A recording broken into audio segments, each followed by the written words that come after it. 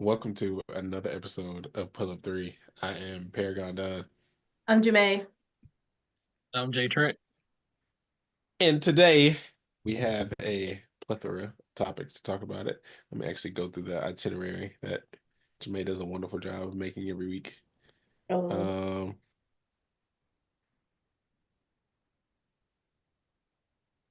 do it. Oh, first round performances, of course. I think is the second round. The second round is done too. It's yeah. first two, yeah, because Yeah. Okay. the Sweet 16 is set now. The transfer portal. Dear God, that has been insane. Um, what else did you put on here? Aaliyah Chavez. Um, Yes, that's her last Chavez, name, right? Chavez. Excuse me. Chavez, yeah. I was deciding between one or the other, and I decided wrong. And yeah, we'll always segue, finesse, finagle, and other things from there. Um, where would we like to start? I would like us to start with Aaliyah Chavez's news. Um, so Aaliyah Chavez is she was the ESPN's ranked number one prospect for the 2025 class. She just I think she just won National Player of the Year for high school level, or she's the Gatorade Player of the Year. I think she's Texas's Player of the Year. Very much a very strong prospect. Today, she announced that she was going to the University of Oklahoma. And so, first, congratulations to her. That's a fun pick and something that I found out a couple of weeks ago. I tweeted a couple of weeks ago too. Um, this is the first year since 2015 or 2014 where all top 10 players went to a different school. So shout out to her because she could have went to Texas, LSU, UCLA, South Carolina, um, UConn. UConn. She pretty much had offers from everybody. So she really could have went to another school with another top prospect, but she didn't. She chose Oklahoma. Um, and her little intro video on Sports Center was so cute. But ESPN is going to hell because the sound was bad, and the clip that's going around is people are obviously people are trying to use it to kind of troll her because she says in the video I'm taking my talents to the city of Norman. And obviously, it's meant for people to clap and stuff, but you can't hear anything except her because the video, they try to quickly switch the audio to her intro video for her going to Oklahoma, the highlight tape or whatever. Um, so ESPN, y'all are going to prison once again. Y'all are the list, y'all are never getting out at this point. Um, But what I wanted to say was the internet was being very weird to her today about her announcement. Like I said, her top six choices were South Carolina, UCLA, LSU, Texas Tech, Oklahoma, and Texas. Um, and so a lot of people over the last week or two, maybe even the last 3 weeks, have been speculating that her top three choices were Texas Tech, in Texas, Texas Tech, Texas, and Oklahoma. Um, excuse me. And there have also been a lot of speculation about her wanting $1.5 million and all this kind of stuff. Things that she or her camp never said, but people reported. Um, but a lot of people were being very weird to her and being like, I can't believe she did all of that to go to Oklahoma and or why did she include these other schools if she knew she wasn't going to them? And just this whole thing that I think is fucking weird. Okay, because first of all, most top prospects, having 3 to 6 choices is not some far-fetched number. Okay, it's not like she had 10 and she pulled one of the bitches out of the hat. She had six, guys. That would fit on a regular table if somebody was picking up a hat. I don't know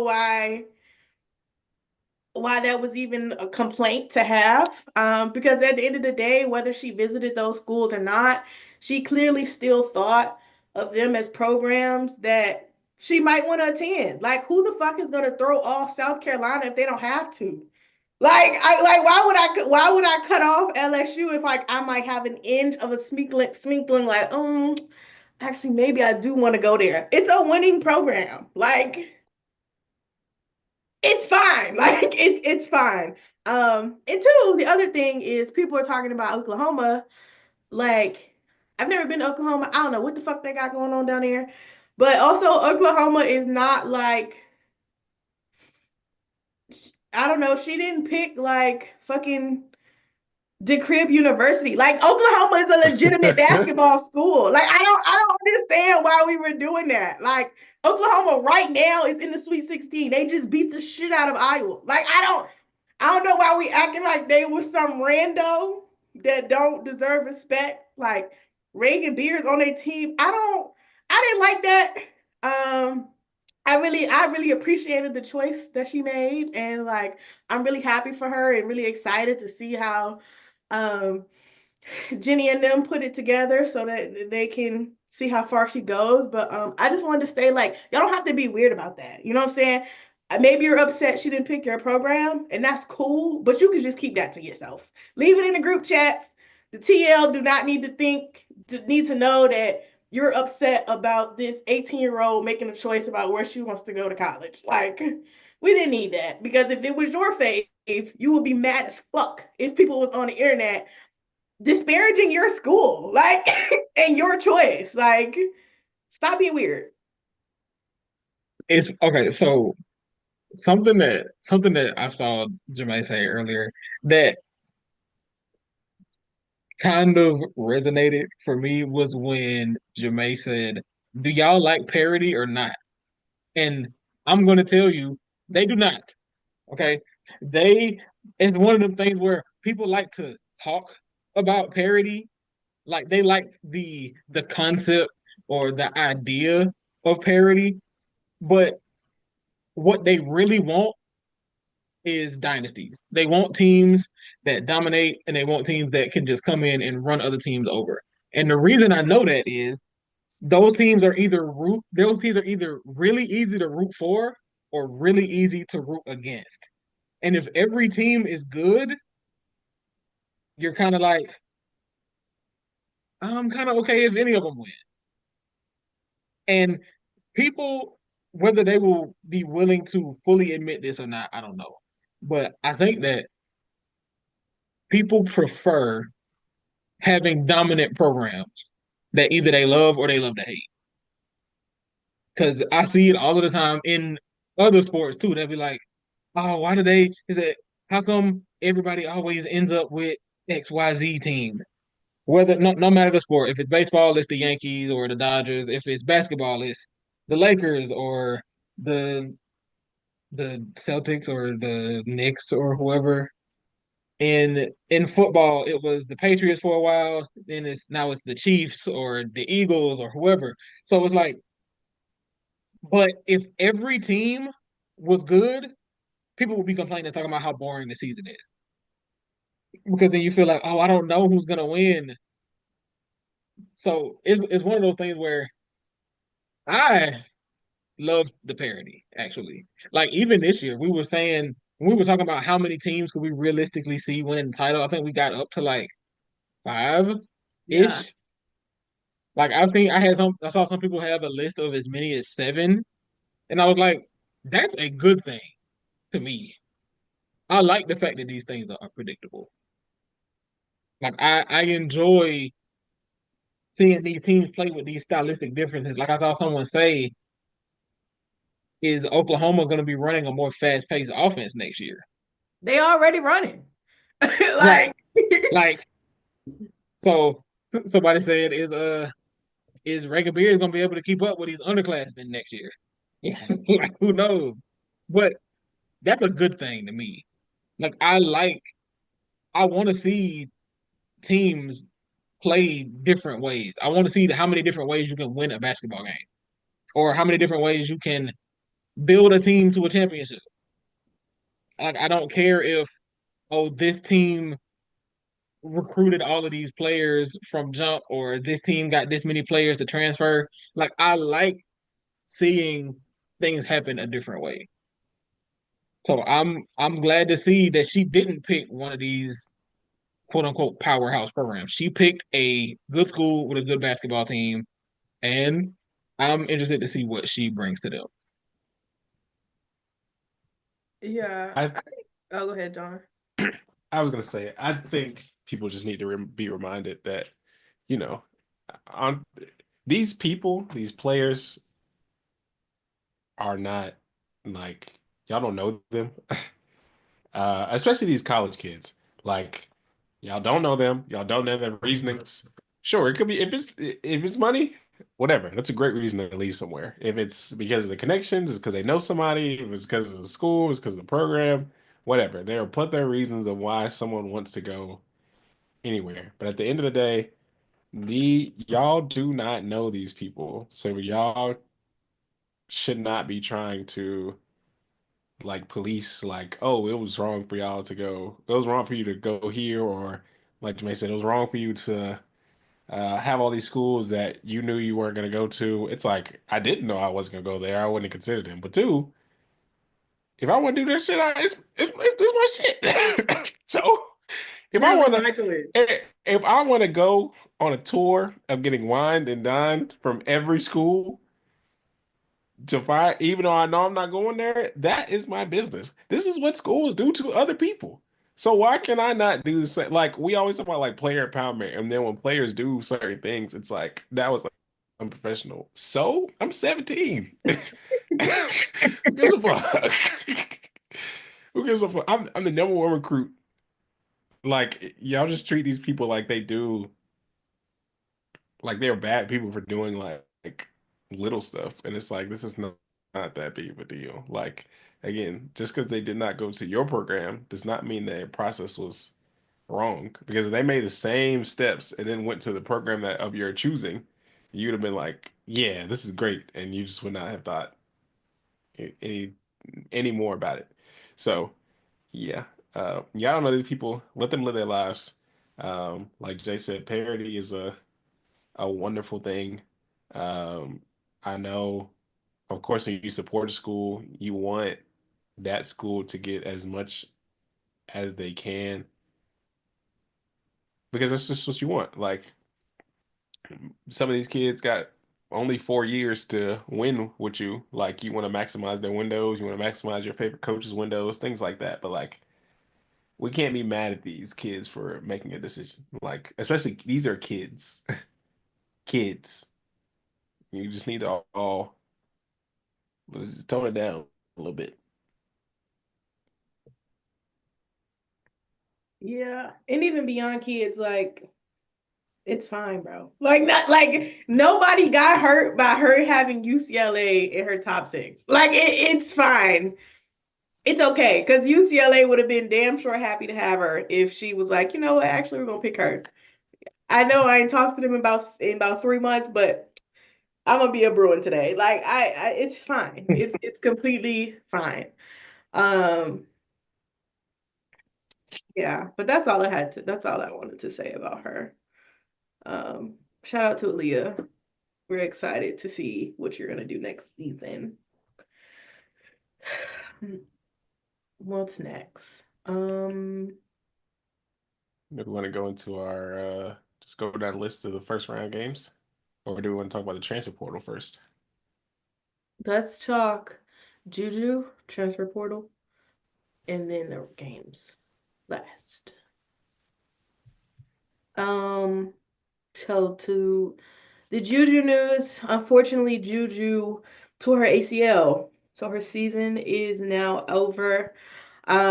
Which is so sad because I think we were finally starting to see USC play really well.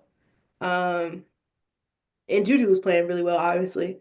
Um, so we wish her a speedy recovery. But what I really want to talk about is how the media has been very, very, very, very nasty about this. Um, I didn't watch it live, but I went back and I saw the clips of her, like of her, the incident actually happening. The cameraman, like watching her as she's clearly writhing in pain, prison. Um, this whole idea that Mississippi State, like, Did it on is purpose. the reason why she did it, like how she got hurt? No, Nah. immediately no. Even the whole like Rhea and one of the girls from Mississippi State, I couldn't see who it was, were kind of chirping back and forth. And they were trying to say that it was about Jew getting injured.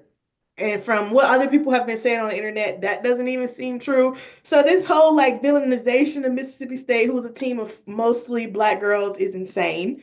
Um, and very nasty because even if you look at the clip yourself, like the girl didn't do anything to her. It was literally like freak accident. Like she didn't even have a chance to really run into her. Um, so it's very much a freak accident. Nothing malicious about it. Um, and then today too, national media, you got everybody talking about UConn's chances of winning, getting better. You got people talking about her still being able to go into the 2027 draft. Where are the fucking thoughts and prayers? I have not seen that fucking thoughts and prayers tweet today yet. But everybody is talking about all these other things. Y'all couldn't wait a day. Y'all ain't said shit about women's basketball all year. But now you talking about UConn being the favorite? Huh? Did y'all even like and even before that, even if we want to talk about UConn being a favorite, the last time they played, USC won by what, two? Bitch, it was always gonna be a 50-50. Like it never gave UConn was gonna be washed in the first place. So like the whole every piece of conversation, every piece of dialogue I have seen surrounding Juju's name today has been so weird. I like honestly, hell is not hot enough. Like I like prison is not strong enough. I need new things because this is like completely unacceptable. And like Stephen A. Smith, you better hope I never meet you. Like it's because it's over for you. I really hope it's over for you. It's yeah, I'm over it. Yeah, I'm tired of seeing it. yeah, the thing with like implying that Nafisa Collier would be um what's the word? Would be quote unquote pleased with the Juju injury because it helps UConn help the likelihood that they get to the Final Four or whatever. It's just like that's just all odd to me. Like there was a lot of odd stuff being said, and it wasn't even like just a bunch of people that I can't stand or don't respect. Like it was some people I was like I saw the piece from The Athletic saying what star is gonna step up to be the face with Juju injured. It was just like, why do we talk about sports this way? Like, when did it get like this? And it's pissing me off even more because we're gonna get to like national player of the year and shit. But literally every other national player of the year candidate is still in it. Like they are still all in the fucking elite sweet 16. And all of them could very well be fucking final four candidates. Why are you talking about stars stepping up? Hello? Are we like how do we get here? Yes. Yeah, it's just all it's all odd to me. Like just the the conversation the conversation around all of this has been odd to me. It was just like the girl just tore her ACL. She's 19 years old. Like let's let's hope that, she recovers, takes all the time that she needs to, is able to come back and play to the best of her ability. Like, hope she can recover mentally from that as well. I know that that can be draining. All of that. And Yeah, like you already setting expectations for her to be high when she comes back. Like Jesus, let her heal in peace. Like, oh my God. And then even before that, her name is in the news for sitting next to a boy fucking smiling at a basketball game she was supposed to be at. I'm I'm sick of that dialogue too. I don't give a fuck who that man is. If the I have never I've seen more think pieces. Everybody like Juju showing 32 teeth. Like and there were people I even respected being like the mom did the right thing by sitting in between them. She need to be focusing on hoops. Like, why she even there? She in the middle of the tournament. Bitch, she just played. Like, did nobody do no research? Like, did we It was just like that whole thing was just to me like talk about this at all. Like, why is this a story? Like, issue? it's like who's playing in that game? Talk about the game.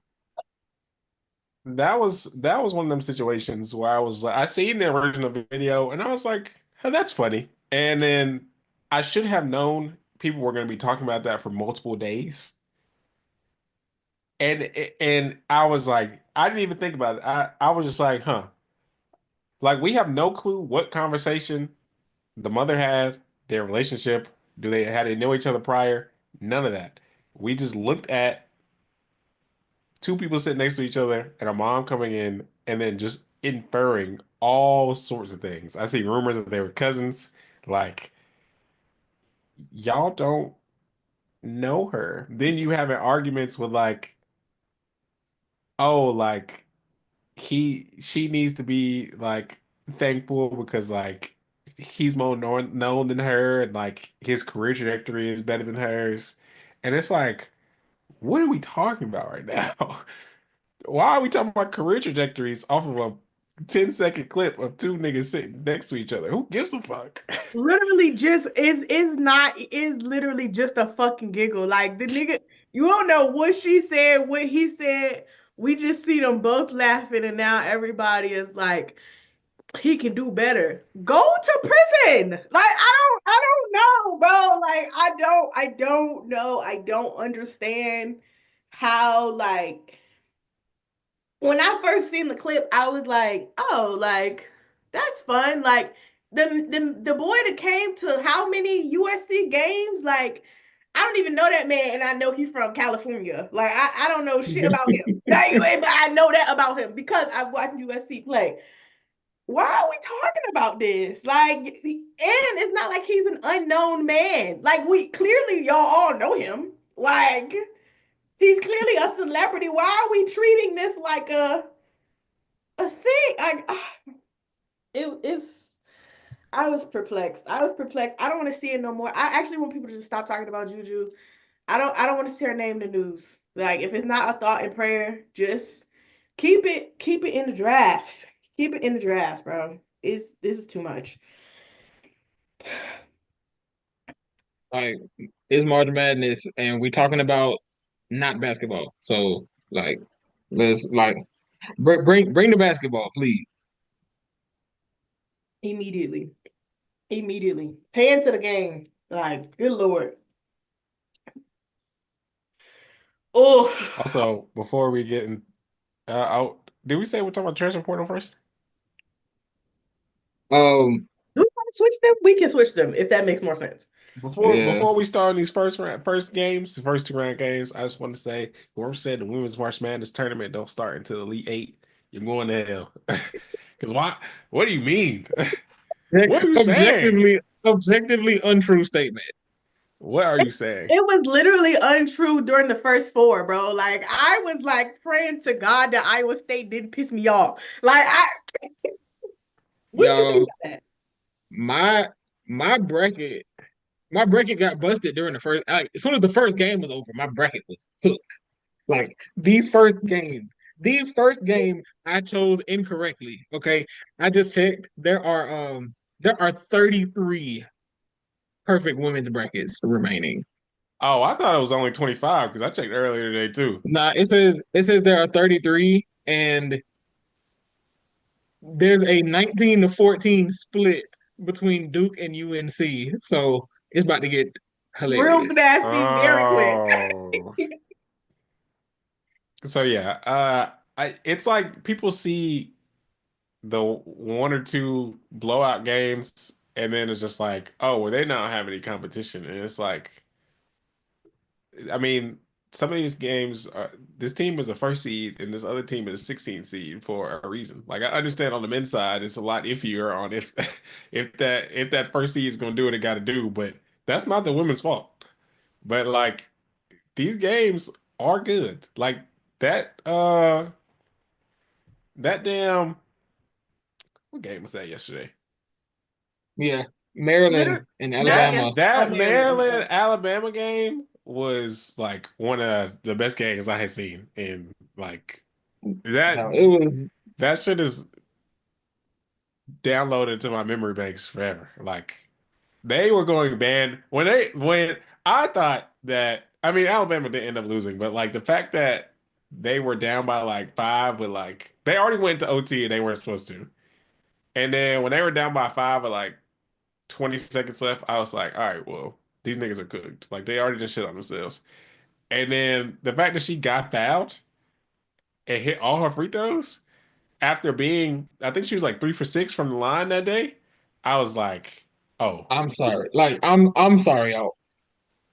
I know we're gonna get to the games later, No, we but can talk about the games now. We already on it. Let's go to because okay, because fouling Sarah Ashley Barker on a three while you're down, while you are up by three, you are up by three with like 2 seconds left, and you're fouling Sarah Ashley Barker on a 3-point attempt. I was like, Maryland, y'all are not for real. And like I've been riding with my Terps. I felt like they would win yesterday, but they made it so hard on themselves the entire time. Like in the third quarter, midway through the third quarter, I was like, "Oh, this is over." Like Alabama's gonna run away with this. But I gotta give Maryland a lot of credit. Um, they stepped up in the back end of the third quarter and at the end of regulation. Sarah Tibiasu did what had to be done. Um, Shot sellers came up pretty big in a couple of moments. Like it was, they they did their thing and they battled back and ended up winning the game. Like I was hoping they would, but yeah, it got kind of shaky for them for a good minute. I just want to say that, and Alabama got a good shot at the end of the overtime to potentially send it in the second OT. But the fact that Sarah Ashley Barker did not have the ball in her hand at the end of that overtime was fucking insane. Like the and again, the fact they got a shot off, so it's like you can't be too mad. But y'all, this girl got 45, and y'all doing y'all own stunts. What's going on? You faking the handoff to a nigga who got 45, bro. If there's, she literally just got y'all into OT. Give her the ball back. And What are even the so now I'm a big offensive process guy. I understand that the right play in that moment is to get an open look. However, she got 45 points, y'all. you Like you you you y'all are not in this situation without her. If she got to take a bad shot, let her take it. They fouled her on a jump shot. They fouled her on a three. Like just give her another shot because you know they're gonna close out hard on her again. you Like have to let the make them person make with them either give her a shot or make them make that mistake twice. like let her make a play. That she has a you have to give the person who has the school record for points the ball. Like she had the fourth most points in an NCAA tournament game. What the fuck are y'all? Who are y'all giving the ball to? Why are y'all giving the ball to other people? Let her make the play to somebody else. I thought that was insane. Like I knew as soon as I understand they got a wide open shot, but I knew as soon as he shot that was off because that's just like the basketball guy said no because that was just some bullshit.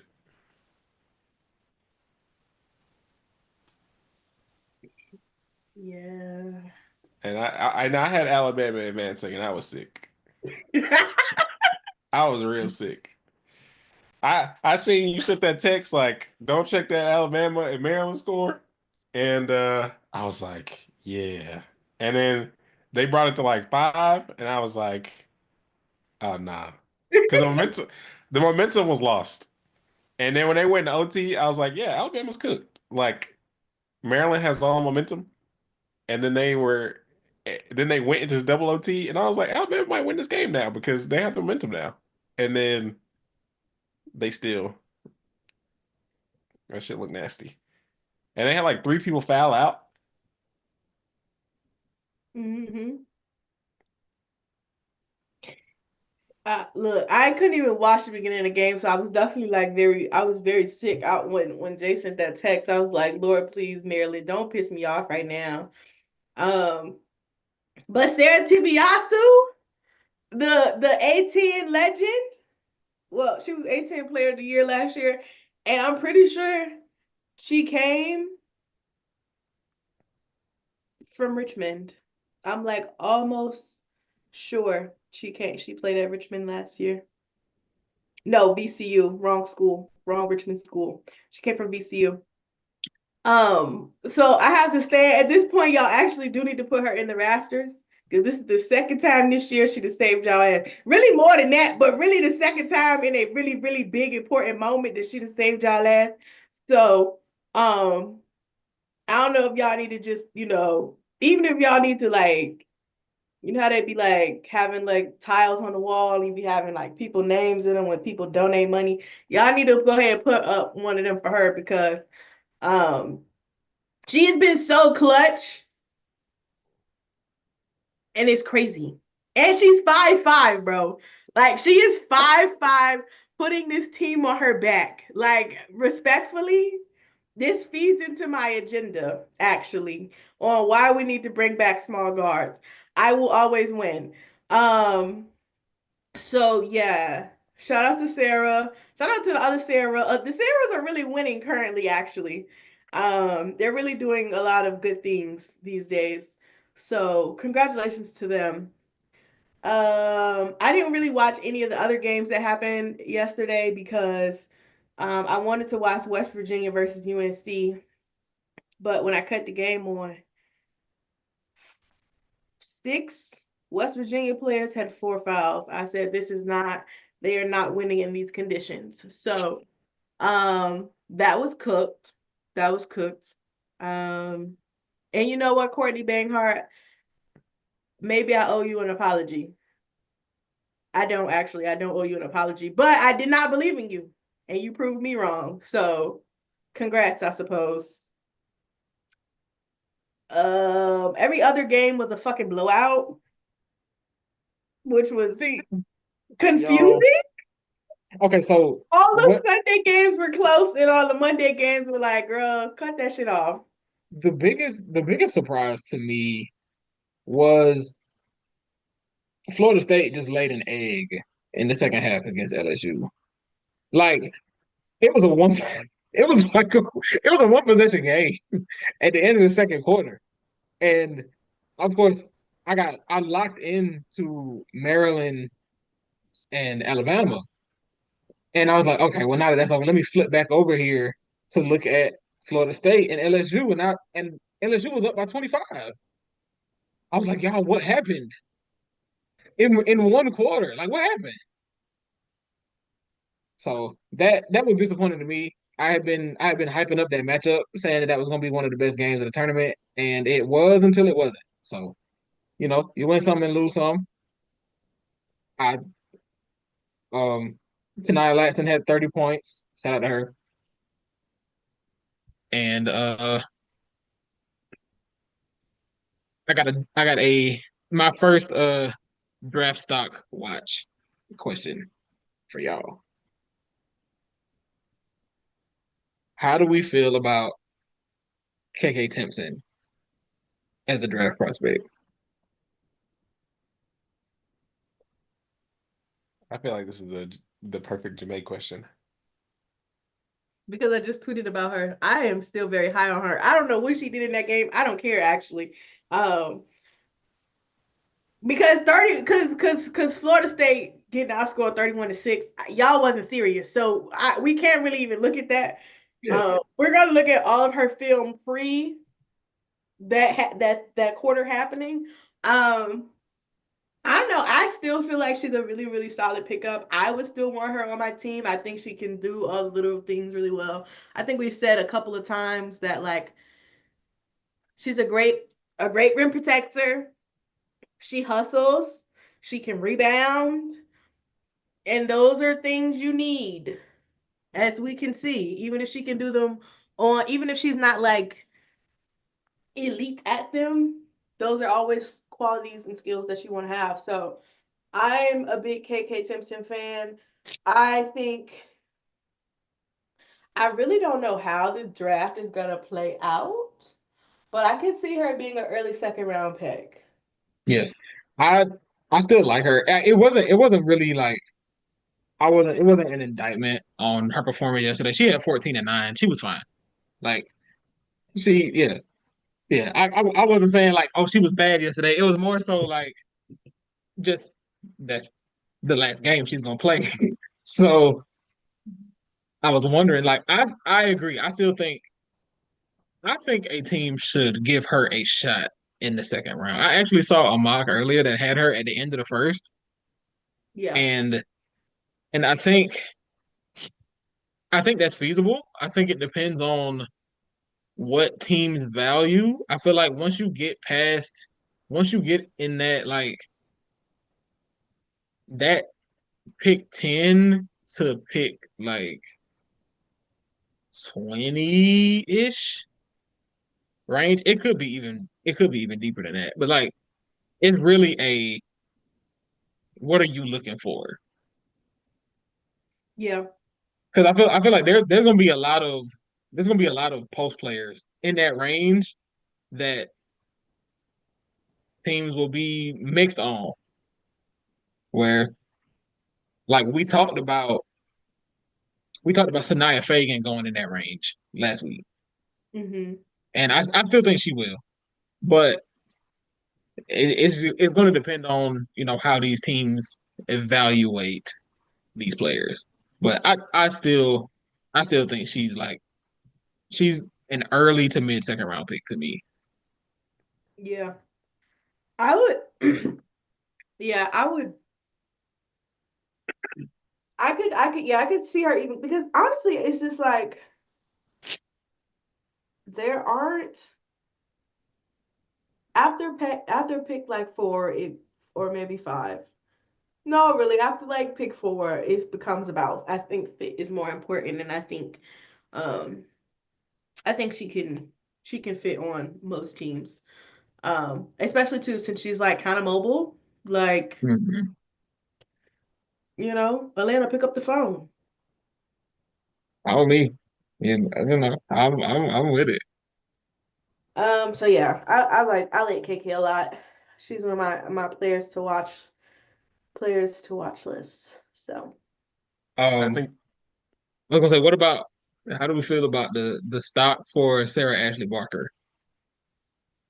I think she played her way into getting drafted. that's the thing is that I feel like a lot of people, to me, I think I always thought Sarah Ashley Barker was gonna get drafted. Now, Me too. I didn't think she would be like a first round pick, but like I was like, okay, solid second round at the very minimum. Um, but I could very well see her playing up until that late first round, a late first round draft pick. Mostly because, like, again, she's another player who has heart, who has the shot. Um, I mean, in that game, she was like, late game, I got you. I don't know if that's always her bag. I wouldn't say that's always her bag, but you don't need her to do that. You know what I'm saying? We've talked a few times about this draft being the draft of role players. and I like her for it. Yeah, I like her too. I feel like she could end up being a I don't think she'll be a first round pick, but I think she could end up being a first round value to a team. Like I could see a team taking her and saying we had a first round grade on her. If that Yeah, makes sense. yeah. I could see that. Especially with these teams, like especially with like the newer teams, like the Valkyries getting five, and I think that that Kiki pick is still. I feel like that's still pretty solid. Um, but I don't know. We could still. There's still some time for some changes to happen. Yeah. Yeah. I what was what was a first round game that stood out to y'all? That didn't stress me out. Hold on, Or one that did, depending on how you feeling. bro. Uh, Everybody stressed me out. Iowa State person stressed me out. Oh Fucking yeah. um, Washington Columbia stressed me. I don't know why I was stressed about either team, but that was like, girls, can we please lock in? I um, seen North Carolina and Oregon State in person, and like North Carolina did not look good until the third quarter, and like it seemed like it's kind of the same thing that happened when they played West Virginia just now. Like the game was so back and forth that whole first half, and then North Carolina just like locked in the second half, and it was kind of crazy to see. Um, like this whole time, like that whole first half, I was like, I know North Carolina's not about to let this team like just hang around like this. And then Oregon State acted like they'd never seen a trap before, and I'm like, oh, this is nasty. Like it got really, really bad, and I'm like, I didn't know, I didn't know y'all was gonna fold like this. um, Um, a game that stressed me Kentucky. out for real. Vanderbilt and fucking Oregon, bro.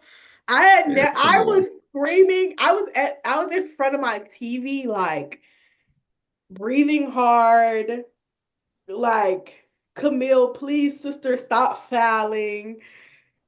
Oh my! When Deja Kelly took that charge against Makayla Blakes for her to go out the game to for like to foul her out, I got so mad. I was like, I know you fucking lying to me. I know you lying to me. I know you lying to me. Like, hello? What the fuck was that? Like, then Camille fouling the girl. Why the fuck are you rapping that girl when you know you have four fouls? Like, what are you doing? I was like, man, It was one of those days where I know it was like a reflex, and then when she was like, "Oh shit," I was like, fucking Shay, get her ass out. Like, what are we doing? That was crazy. Shout out to Deja Kelly though, because nah, um she came to play. She came to play against Duke too, but she in that Vanderbilt game that was Sammy in the chat says Iowa State, Michigan. oh girl, don't even get me started about them. Bro, I was fucking Jordan Hobbs, bro. I'm like, girl, you ain't had a good game all fucking year. And you picked the day to show up. And that was Oh my god, and that, then that fucking the was one of freshmen weren't hitting shit. that was one of the games where I was like, you know, I think I like Iowa State in this one. And They yeah. had him and then they didn't. It was just like they were like, yeah, okay. And then Michigan State was like, actually, we're not gonna miss a shot now. So good luck to y'all. Hopefully y'all can go band for band. And I was like, nah, we can't actually. That's actually we can't. I don't know. That was Um insane, bro. also um I just had to pull up.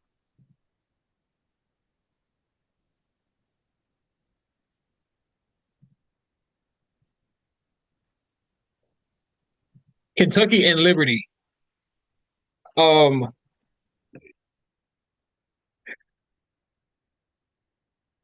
the conversations would have been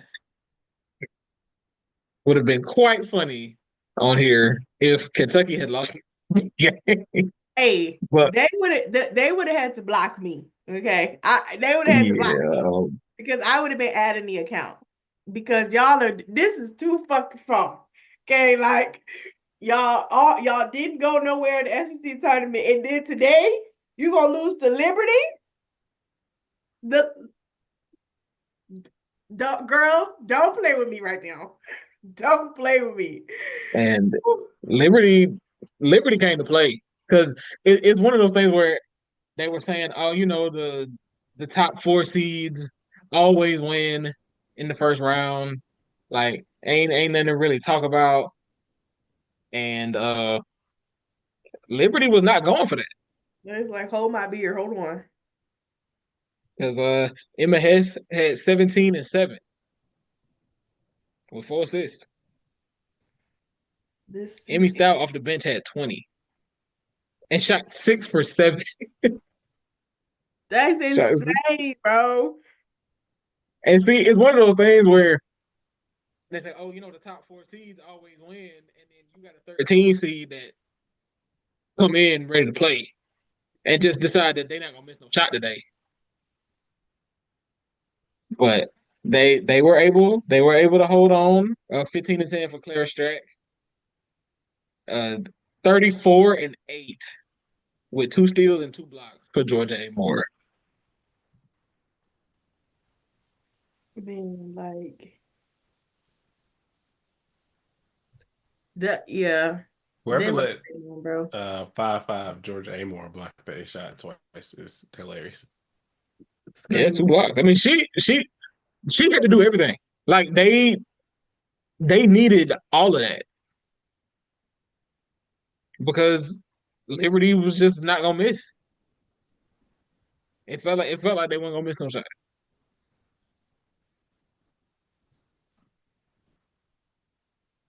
Um, the other games, things that I found a little bit funny. Um, all the teams, I did find it funny that all the teams that people were saying was gonna get upset in the first round. So Maryland, Michigan State, um, who else was another one? Oklahoma, Kansas State. Kansas State, all the teams where motherfuckers was like, oh yeah, they finna get cooked.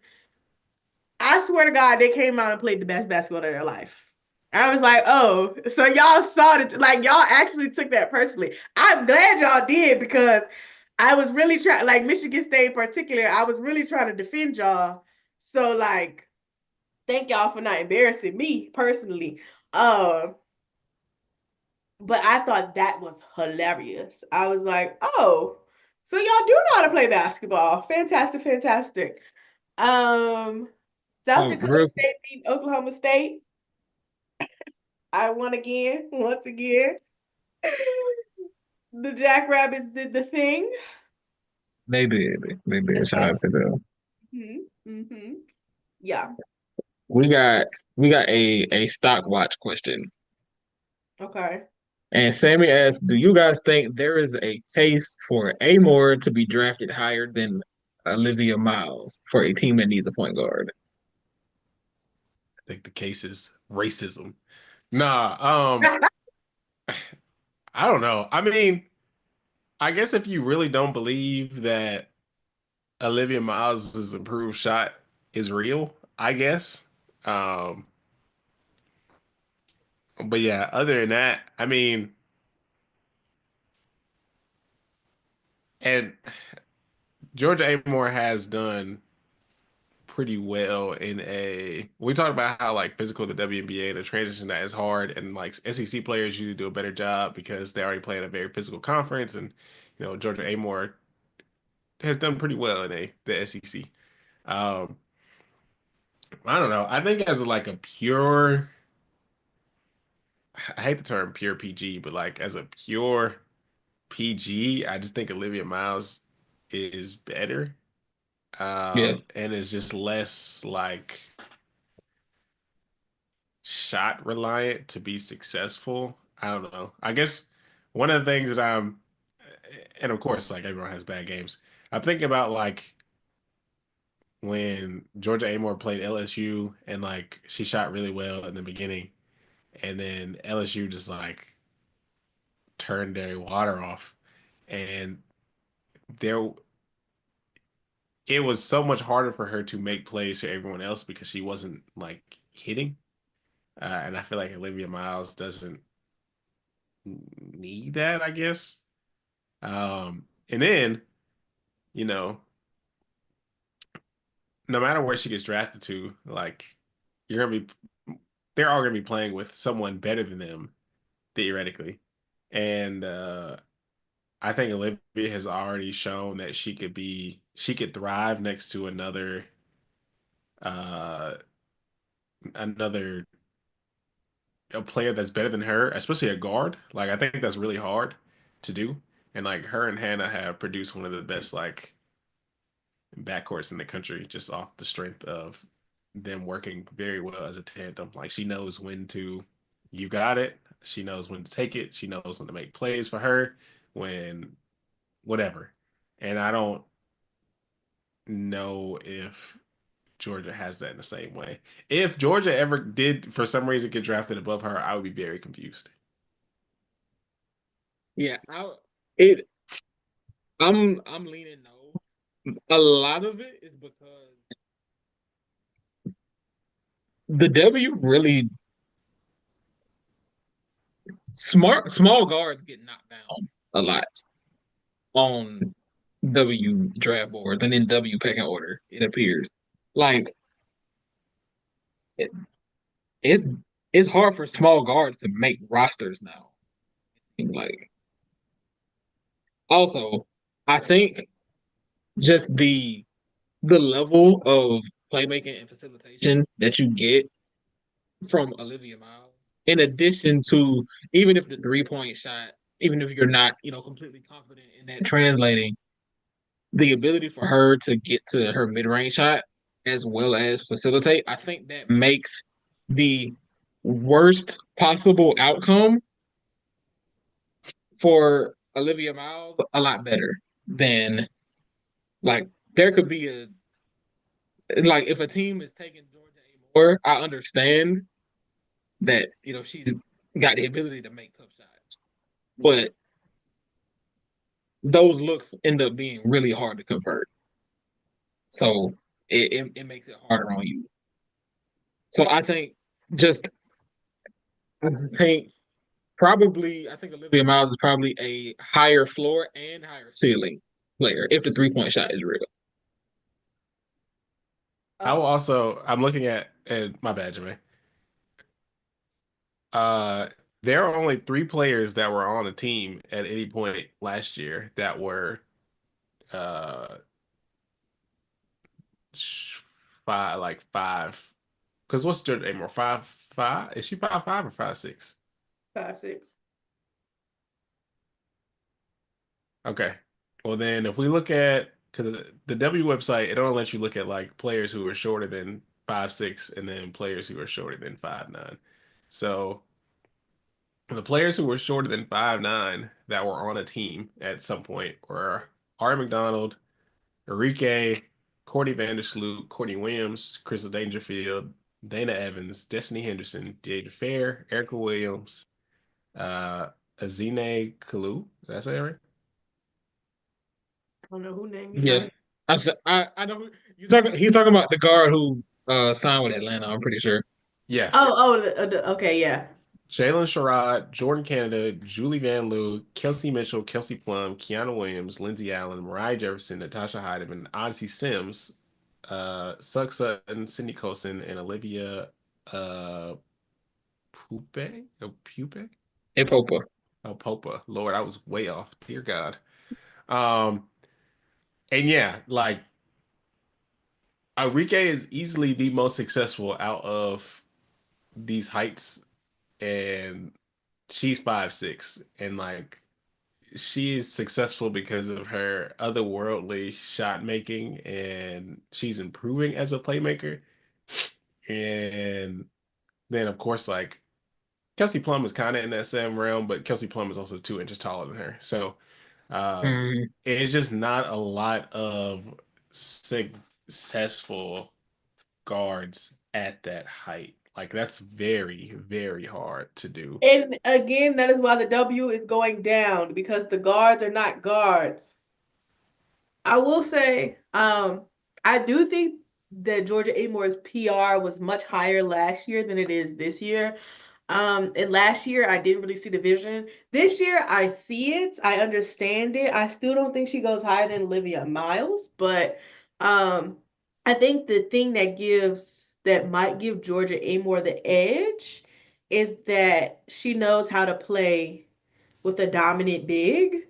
So if a team like Chicago, for example, needed somebody, wanted to bring in a young point guard, um, we know that Amoore can get the ball to um, an Angel or a Camilla, um, who knows how to kind of like run with them and can do pick and her and Amoore and Kitley's do a really good pick and roll. Like, so we know that she has those capabilities, but I don't think that that's necessarily enough to um it's not something where I would pick Amoore over Olivia for.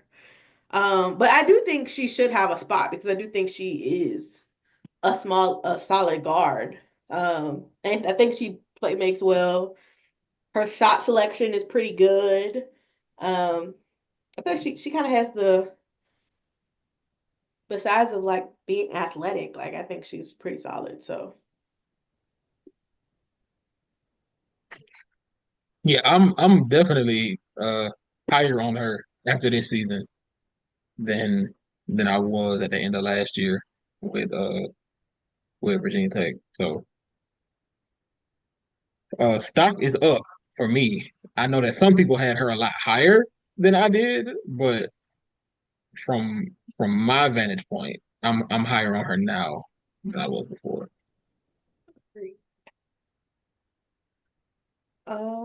other games that were interesting. I feel like all the Sunday games are good. The Duke Oregon game, um, Kelly Graves, you're not smart apparently. Um, nobody Duke didn't have Toby Fournier, and you did not put out your 6'8". Um, you didn't put out your 6'8" big who had 14 and 13. So, maybe you don't deserve a job. However, shout out Ashlee Jackson. My sister knows how to hit a timely shot. Um, Like, who else? Who else up here has something going on? Reagan Richardson. Honestly, I feel like Reagan Richardson has been kind of quiet recently, especially like post tournament. So shout out to her if I feel like she was the one that was kind of keeping them in there early on. Um, mhm. Yeah, which they really needed. yeah, in the first quarter, she kind of had a little stretch where she the when the drives are there, she's she's a really tough player to stop. And I know that um she doesn't take as many shots as you know I've I've seen from her even last year, but um she was able to kind of stabilize them after it was a little shaky for them early on. And Oregon had it going. Deja Kelly had it going, and they were kind of able to withstand that. Yeah, I like that. Who else? Oh, Kentucky, Kansas State. Talk about a game that had me stressed. Okay. And I was rooting for Kansas State. Obviously, y'all know I'm a big fan of Serena Sandell. Um, so I was obviously rooting for them to win. But shout out to Mira Poindexter hitting 8 threes and 6 blocks in the same game. Like, who do you think you are, Juju Watkins? Come on, girl. Like, give us something. Come on.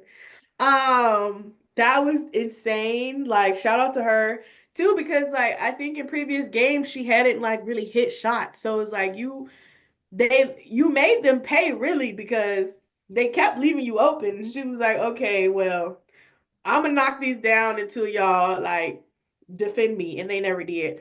So shout out to her for really staying consistent and like really being that player that um Kansas State needed. Like, well, I mean, obviously Serena Sundell still had a good game. Ayoka Lee was playing really well. Both of them had 16 and 19. Serena Sundell had 19 points and 14 assists. The draft stock, we talk about draft stock. If my sister is not a first round pick, I will be in New York taking the card from Kathy. Okay. All right. So super excited for her. I was thinking about Ayoka Lee too, because I know we talk about a lot Audie Crooks being like automatic, like once you got that seal on you, you're cooked.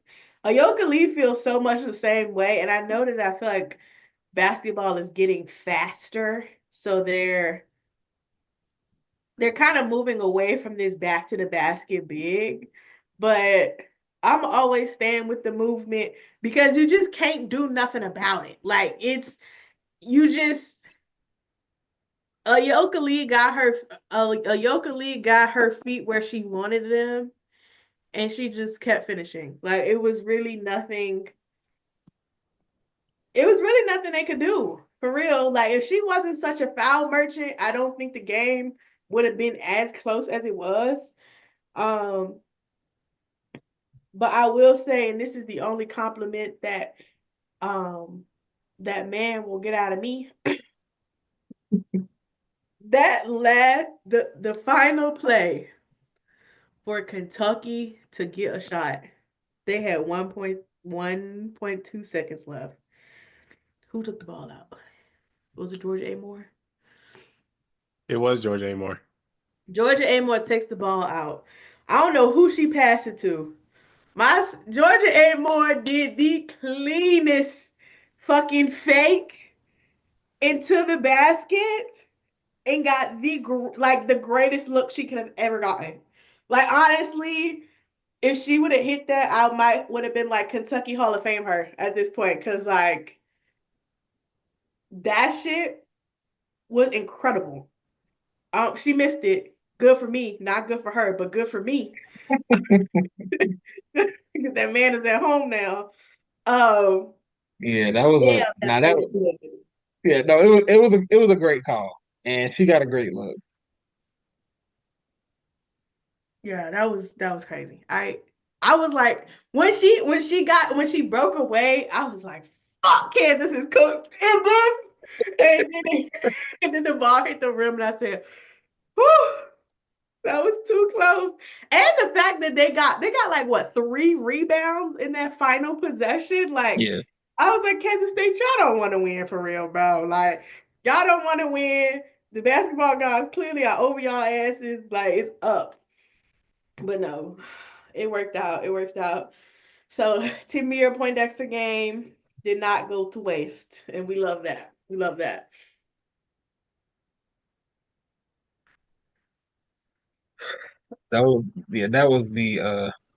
that was the second round game that also Ole Miss Baylor.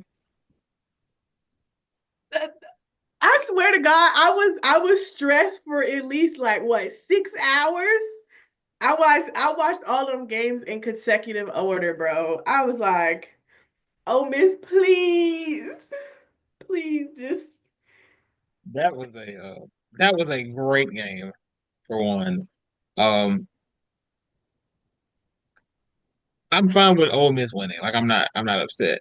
I kind of wanted to see Baylor pull it off just because I enjoy I enjoyed Aaron Vonleh. Mhm. They and the game was tied going into the fourth quarter, and um, Ole Miss like it was really in the last like 2 minutes Yeah. where Ole Miss was like, okay, all right, we got this. I was like, oh damn, like that's that's the game. But Oh, that's so it was funny. it was a great game though. But I mean, to the Baylor point, Aaron Vonleh is another one that like once she get that ball, I don't know what you gonna do, but hers is going in the basket. Like she had what 16 points on 8 of 10 Yeah, shooting. eight Like ten. Yeah, going 8 for 10 in a fucking like on your way to the Sweet 16, bro. Like I have to give you your ones. 2 blocks and two. Like come on, that was crazy. That was crazy. She's another one that I just really enjoy watching. She still got another. Is she going to? she is. I think she has one more year. I think. I feel like I haven't heard people talk about her. I don't know if she redshirted because it looks like she only played half the games her freshman year. So I don't know if Let's she got see. injured early on. Um, which if you know if she's not, she's another one that I would love to see in the W. Um, I do wish though we got to see a little bit more of um Dariana Little Page Bugs. I know she was coming off an injury, but she's another player that's just like really good with her minutes. And she's kind of done a lot for that Baylor team. So I'm excited to watch her next year. I don't know what they're gonna look like because I'm pretty sure most of their Bella's a junior. Sarah should be a senior. Okay, yeah. Sarah and Jada are seniors, so I know they'll be gone. Um, I must have bitch every time. I think Aaliyah Matharu should be gone. I think most of Yeah, their team should be yeah, gone. So yeah, yeah, it'll be yeah, yeah. interesting to see what they look like right now. But I Yeah, do think they have a solid base. To Ole yeah. Miss though, Vonleh is yeah. which is AJ. No, I was just saying, yeah, Vonleh is a senior, but like you said, she only played half a season her freshman year. So Um, yeah. So we'll see what they look like. Ole Miss, honestly, and Coach Yo rightfully got to pop her shit because somebody had posted like Ole Miss was like a tough team or something. But after Ole Miss, Kansas State, and Tennessee won, she was like, somebody was like, "Ooh, it's like a good day to be a 5 seed or something." And Coach Yo was like, "Well, we probably shouldn't have been a 5 seed, but whatever." And I was like, "Points were made. Points were impacted." not to be, and in fairness to Coach Yo, she's probably right. Yeah, Like I mean, because I think we they even might said have, yeah. we like Ohio State was one that I was like, "You hosting, girl? I don't know." Like even Baylor hosting, I'm like, "Girl, I don't know." Like Kentucky hosting, I don't know about you, girl. But it worked out the way I think it needed to. Y'all know I really enjoy Ole Miss. Christine Waller played really well. Sierra Thinu, I hope she never leaves Ole Miss because she's obviously their next big thing. And obviously Madison Scott always being ready for the moment, bro. I could never hate her. And I'm excited for her to she's another player that I really hope to see gets drafted. Um, I could probably, to me, she should really be a late first rounder, if not a mid first rounder. But I would not be shocked to see her fall to the second round. Because she's just somebody you can she's just so reliable. She has great energy. She understands the game. So I'm excited to see her get drafted too. What are y'all most highly anticipated matchups of the Sweet 16? Let's see. Oh, NC State, LSU. is the one that jumps out to me. Didn't they play already this year? Or was that last year? I think they played this year and LSU beat the shit out of them. I feel 75% sure about that. But I could be lying. Maybe that happened last year. Let's see.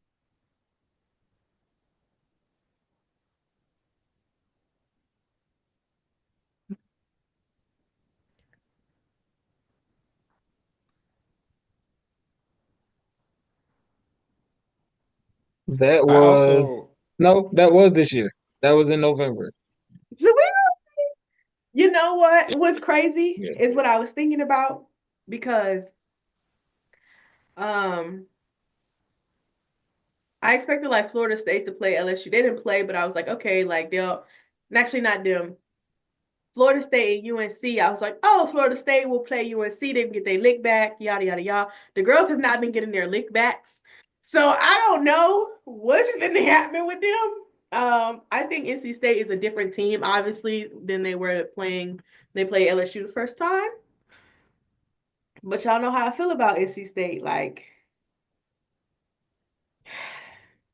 I don't even remember who I had advancing in this game in my bracket. In my head. So you had Florida State being there. I I do want to say, I do want to say to y'all, so y'all know I made one of my brackets with ESPN analytics. Um, and one of them, obviously, mine. My bracket is doing better than the ESPN analytics bracket, so I'm back. I am really back, so I don't really care about none of that. Um, I don't know who I'm gonna pick. I'm not gonna root for either team. I mean, you know, I'm always quietly rooting for NC State, but I'm not gonna pick either one to win because I don't know what neither one of them gonna do. I have no idea. Both of them, both of them, I thought that their second round game would be close, and then both teams was like, no, we're gonna beat the fuck out of them. So I don't really know what kind of energy they're gonna be on. yeah, I'm pissed because I was number one in our bracket challenge, and then two teams that I picked lost in the second round, and that shit fucked me over. And so now I'm seventh. yeah. I checked the game thing, and there is a 0% chance that I will win the bracket challenge this year. So, um, somebody will be getting their league pass paid for. Somebody So, get the prize. Oh God. I have a 5.1% chance to win. That's so nasty. How do y'all? Let me see if I can. nobody has more than like a 10 or 12% chance. I'm pretty sure. Well, I am currently ranked 14th, so I'm not doing good. I don't know who Bayleaf is, but how are you number two? I don't like that. I mean, number one. Both One, these two, brackets number one, one two, and and three. Like three. what? 1, 2, and 3. Are the same, bro? What? Yeah, Yeah, you're getting kicked out of the challenge. What the hell? I Yeah, got. Yeah, they did their thing. I have a 0% chance to win as well. So, which is It's funny because crazy. unfortunately the favorite the favorite who has a 15.9% chance to win actually has USC winning the title. Oh, sucks for them. Shout out Kenzie because you actually might win. This got to be one of my friends. I don't know which one of them it is though. I know a few Kenzies. I just want to say, also speaking of USC, I know we talked about the Juju Watkins injury, how it was covered. I will say this goes into two things. One, I think the fact that Juju got injured and niggas started having a coaching conversation within 5 minutes was really nasty. Like the fact that Juju got hurt and y'all were like, oh, these players are playing like this now. They could have played like this the whole time. What was Lindsey doing? Your star player just Winning tore her, games, her winning games. I don't know your if star y'all. I don't know if like Like, yeah, first they've been winning, so it's not like it's not like they've been losing and then they just got together on some Disney Channel shit. Like they've been winning games. But two, your star player just got hurt and y'all are worried about coaching. Can we get our and y'all won in a blowout? Like, what are y'all complaining? I just don't understand what there is to complain about. Like, They just y'all want to y'all hear some won. complaint. Like they just don't like Lindsay Gottlieb, and it's like I feel like I have to defend her like she Christy Size all over again. Like I swear to God, like the tweets when people were saying she could have been doing this all along, I feel like I was getting war flashbacks because I'm like, It's like, what you didn't she do? you like USC players play like Juju is the prize because Juju is the prize. And the same, not like, and that's not to be shady. Like, it's the same way that like there was a stretch of time when the Fever was playing like Caitlyn is the prize because Caitlyn's the prize. Like people are coming here to see her hoop. But I'll never forget that game where Christy Sides benched Caitlin Clark because she was playing ass, by the way. Her and Kelsey Mitchell was ass and wasn't defending, doing nothing. Chrissy Sides put them on a bench. And do y'all know how many tweets there were about Chrissy Sides needing to be fired? We didn't come here to see this. This team stinks. Mind you, we was getting blown out. We was already losing. We was losing when Kaylin was in the game. We started to come back when she wrote in the game, and y'all wanted her to finish? Absolutely the fuck not. This is why y'all not coaches. That's crazy. But anyway, I'm like, they play that way because this is who people are here to see. They want the offense to run through this person. And Is it it the right works. thing to do? Not necessarily, but like it works. It's not like they're playing through Juju and losing. The difference between them and Indiana is Indiana was losing. So we was like, actually, somebody else needs to fucking lock in. We y'all got to clock into work. Actually, we can't be doing that no more. Um, so that's the only reason why shit changed. But had the Fever been winning the games when Caitlyn was fucking taking 20 shots, we would probably still be playing like that. It would have been unfortunate to me, but we probably would have still been playing that way. And that's what people want to see. People want to see Juju take all these shots. She is, people get mad when fucking Asia don't get the ball. When the games start getting somewhere and Asia ain't got a touch in a while, what tweets do we see? Why everybody forgetting that Asia on the team? They need to write up a play for Asia. She's the fucking like this is what we came here And to see, it and it guys. and it be for me. Them I tweets be for me. mean, it is what this game is the game. Like you want to see the star player play, and if the star player is playing well, no, you're not going to take the ball out of her hands. Like same shit with Hannah. Like I know that we talk sometimes about Hannah, like her decision making isn't the best, but that team goes because she goes.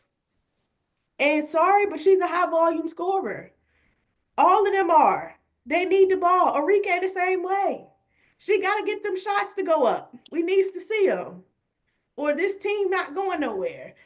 And while I completely understand that, you know, um, I think the thing that's really bothering me about the conversation is that we really wouldn't be having this conversation if 3 weeks ago when they played USC and Avery Howe was not Avery Howe, Kaylee Heckle.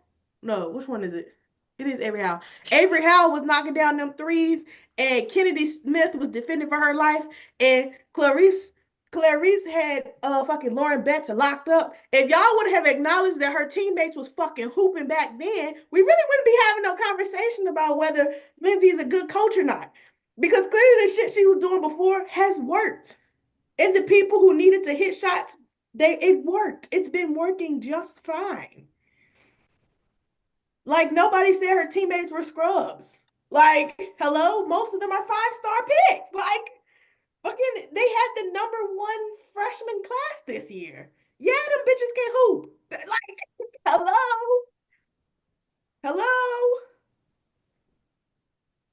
Kennedy Smith was what? It's like the #2 pick. Like, come on. Like, let's everybody be serious. For Kiki Area Finn was literally like we was arguing not even 6 months ago if she was gonna be the first draft pick or not? And she still somehow only fall into four. Yeah, her teammates are good. Like I don't like we don't have to do this. Everybody playing their role on their team, bro. Like it's cool. It is cool. So yeah, I thought that was really nasty. But also on the topic of USC, I think them versus Kansas State is gonna be a really good game. Um, Kiki as a first option for the rest of the tournament is really moving me. Um, Is it? it's moving me. Like Okay. obviously they're not as you know uh favorited now that Juju's got hurt. But I think Kiki has shown that she can win you some tournament games. And I think the time, like I feel like if this is going to, if anything is going to move her draft stock back to like, yeah, I'm the number two overall player in this draft class. It is whatever she does the rest of this tournament. I think um, I do think USC is going to beat Kansas State. I think I should start with that. I do But too. I wonder I wonder what the minutes look like with Kiki and Rhea. Like I wonder how that front court balances out. Because I think Kiki is more comfortable. Like she's just better at the four than she is at the five. But I wonder how comfortable she is playing next to a five like Rhea, who kind of has to be around the rim offensively because Kiki can get to her mid range, but I think the offense opens up more for her when she's able to drive. So I wonder how they balance that out. I think we saw Kiki play some of her best basketball when Rhea has been off the floor. But like now I feel like but but I will say I think you can pull Rhea to the high post and it could still work for Kiki. Like I know you don't teams are probably like if you move her to the 3-point line, I don't think teams are gonna respect her defensively. But I think if you put her at the free throw line, they will because she can knock down that short jumper or that short mid range or whatever. Like I think that's a shot she can take. And so I do wonder what I didn't watch the rest of the Mississippi State game, so I don't really know how like they ended off playing.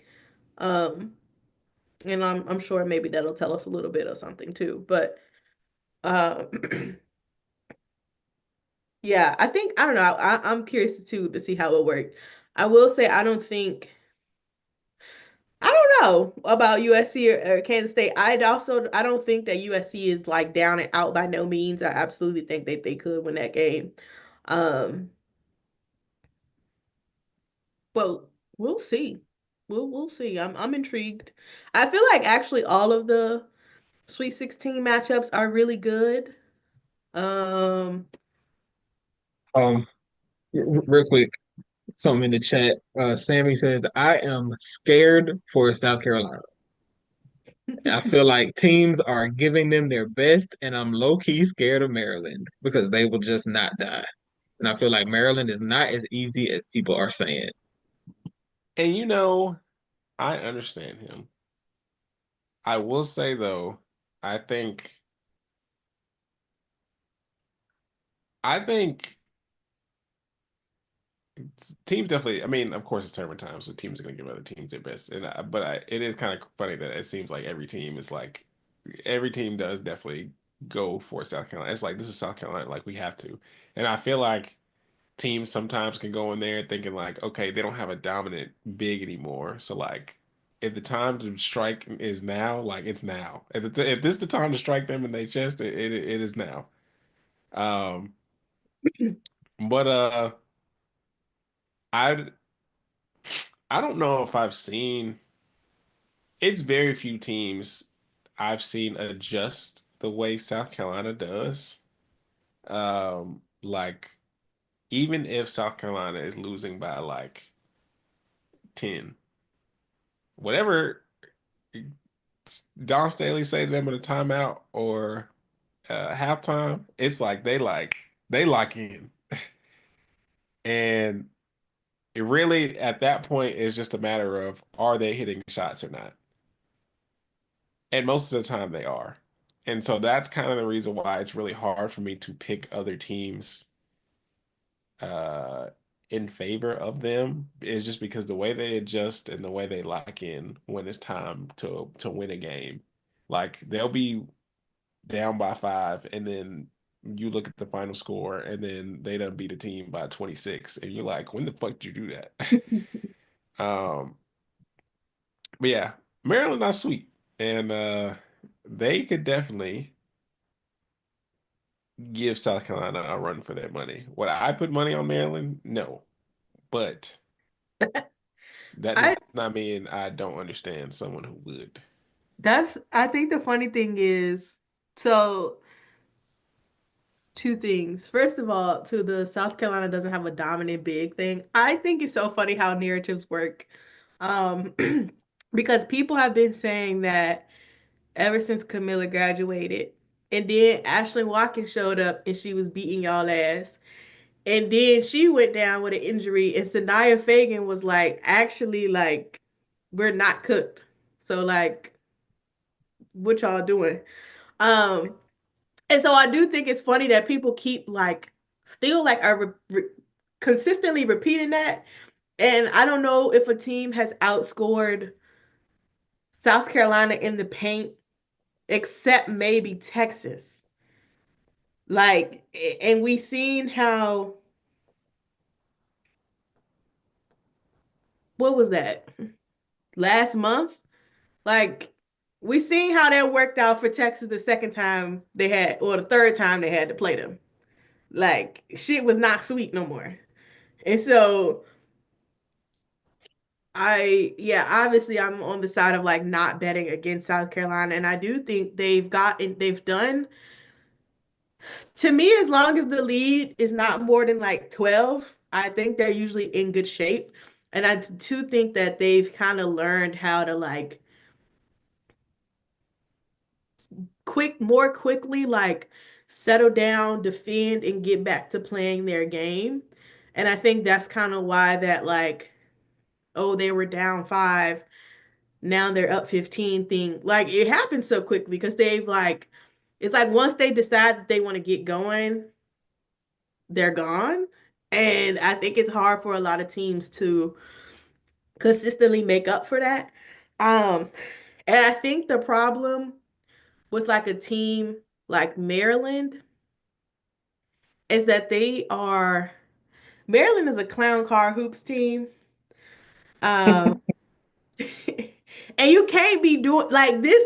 You can't be doing that against a South Carolina team now, right? Because it's like South Carolina sometimes takes them a little bit to get started. So if you're gonna be clown car, you can't be clown car in the third quarter, which is something that Maryland does all the fucking time. You need to clown car in the first quarter so you can give yourself some time to bounce back. Like if you're gonna be silly, you and South Carolina need to be silly at the same time. Really, you don't need to be silly at all. But like if you're gonna do it, at least do it at the same time as them, so you at least balancing the floor. Um, but again, I mean, I understand that. I wouldn't. I'm not. Again, not betting against South Carolina, and I really do like Maryland as a team. But stuff like fouling a 3-point shooter, you can't do that against South Carolina because, like, damn near Tahina Powell probably would have hit that shot. Now you lost because now she'd have hit the 3-pointer and she about to hit this free throw. You can't do stuff like that. Like the margins get slimmer as the games get as we get further into the tournament, and so like you can't be doing stuff like that. Um, so I don't know. I think I'm gonna still pick South Carolina. Ole Miss versus UCLA is a game that I'm interested in though because we've seen that even if you let Lauren Betts cook, if you could just make one of the guards' days kind of hard, you might can get them. And I feel like that's something that Ole Miss can do. I'm not gonna say they're gonna get the upset, but like them getting the upset would not shock me at all. Like at all.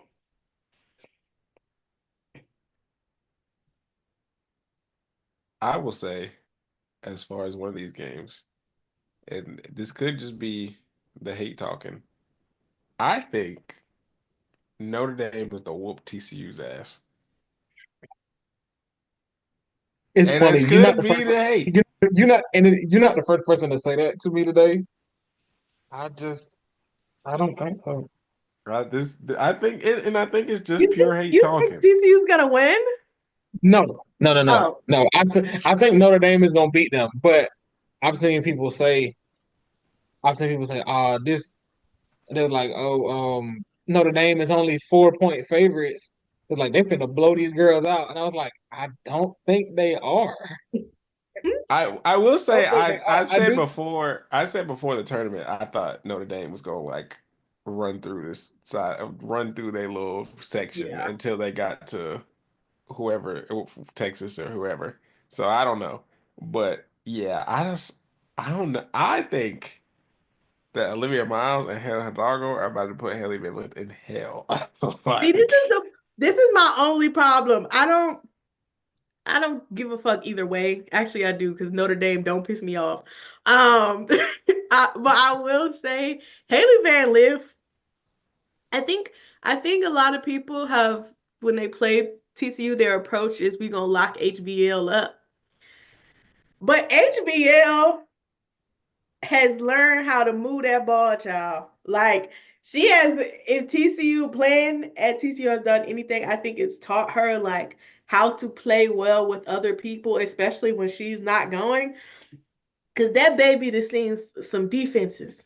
She just seen a few of them that I was like, "Ooh, girl, it's not cute for you right now." But she's like really made a way, and so like and the thing that I think is fun is that HBL is a bark back ass motherfucker. Like we know that like Hannah, that's her thing, that's her bag. She like to talk. HBL does too. And it's honestly the spicier her talk get, the better hooper she gets. Like I don't know how that worked, but like the more she get into it, the better like the shots start to get crazier. So I don't know. They might need to crush her spirit really early if they want to. I ain't gonna say if they want to win because I do think Notre Dame can win without that. Um, but I don't know, child. and to TCU's credit, they did beat Notre Dame earlier this year. They beat them 76-68. Um, this is when Notre Dame was more injury riddled during the earlier season, but still. Hannah had 27, 9 and 5 with 3 steals, on 9 for 22 shooting. And Haley Van Lith had 21, 3 and 7 on 8 for 15 shooting. So I mean, they both played pretty well. Um, she who shall not be named had 20 and 20 with 3 steals and 8 blocks. So this will, I guess it'll be interesting to see how she specifically plays. Um, Maddie Westbell gonna have to get on her Zoom, child. Look, yeah. the bigs gonna have to get on their Zoom. Cause like I do think that she kind of stride strides away from contact. Um, but I do think the Notre Dame bigs kind of do the same thing. Not necessarily Kate Koval, but the starters do. And so we're gonna see. We'll see. I will pick Tennessee to upset Texas, though. Please, Tennessee, don't piss me off. Don't Ooh. piss me off. But if I have to pick an upset, that's the one I'm going with.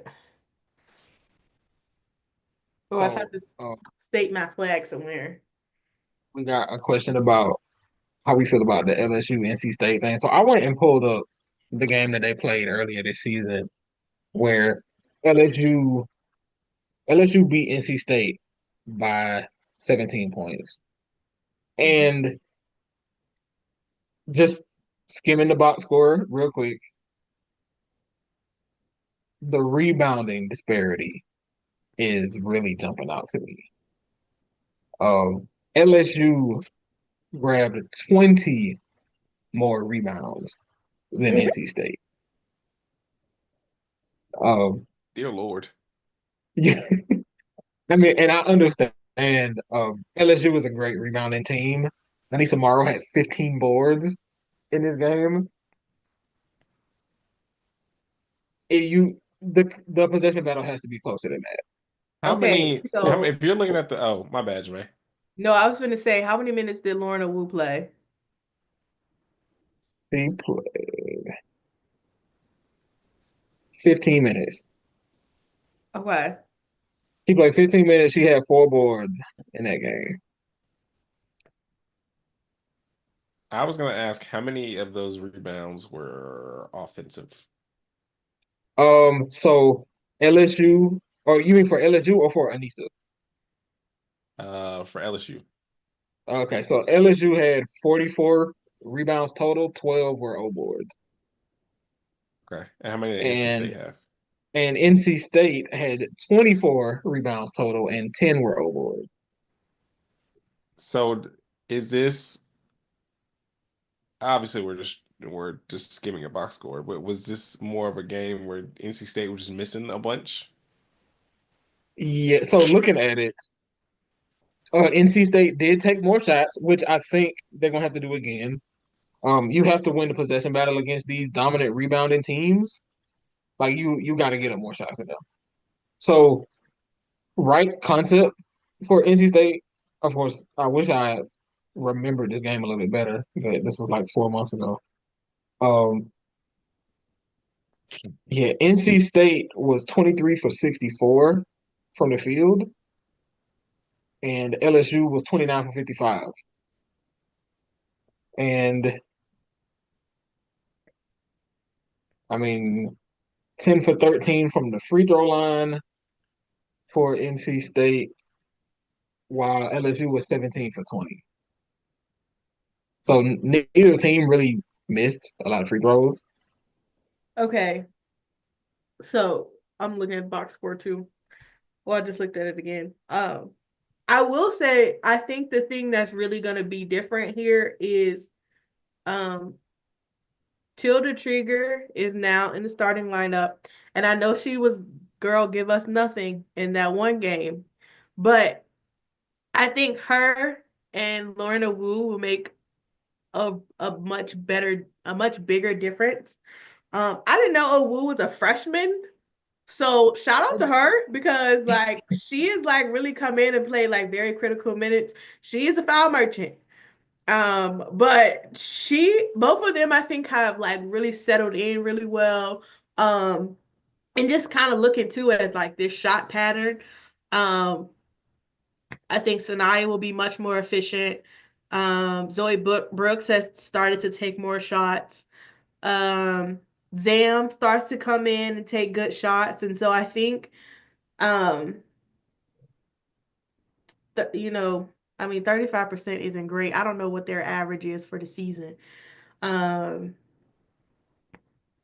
but I do think that this is like an opportunity where for NC State to take better shots and we'll take more shots too. So I think I do believe in them a little bit more than what I did 4 months ago or whatever. Um, and two, I believe in their bigs a little bit more because they definitely like they got beat because they was giving us nothing, like really giving us nothing. Mhm. Which isn't really their fault, but they gave us nothing. So I think that will change some things for sure. And which I think that's why it'll be a lot closer, and which is why I wouldn't be surprised by either team winning. Yeah, yeah. That's probably. I mean, I think a lot of these games. are kind of toss ups. I think that one can really like I'm looking. I see that uh LSU is a 3-point favorite right now, and that feels right to me because I think it can go either way. Yeah. Also, I'm looking. USC is a 1-point favorite over Kansas State. Interesting. I wonder what that line was yesterday. It was so I'm looking. I'm looking at these other Or games I wonder what it would have been yesterday. because I'm looking at because I'm looking at this UConn Oklahoma, and UConn is a 14-point favorite. Um, So it probably would have been double digits for USC. it is Texas okay. is a Texas is an 8-point favorite over Tennessee. Tennessee, please don't piss me off. Actually, I already won because Tennessee made it to the Sweet 16. Shout out to Kim Caldwell, who should have been on that Coach of the Year finalist in year one. She lost to Georgia, and y'all thought she was cooked. And now her team is in the Sweet 16. Don't ever play with her. Don't ever play with her. Um, I really can't lose, but like I need them to beat Texas. Like I actually like if no other team does anything for me in this little matchup, because I think the rest of them I'm kind of like I'm just here to see what y'all do. I do kind of need Duke to beat USC, not gonna lie, but everybody else is kind of like, okay, girl, give us something. But Tennessee, I actually need y'all to beat Texas. Um, I don't know how y'all gonna do it. Well, I do know how y'all gonna do it. If y'all could just shoot well from the 3-point line, that's all we really need. Yeah. Sammy said, "Did you?" He said, "Random, but did y'all know Texas has a 6'9" sophomore on their roster? What are they planning to do with her? Who is their 6'9" sophomore? She's actually a freshman. I'm looking at their page. She is a freshman. Abby Bootleger.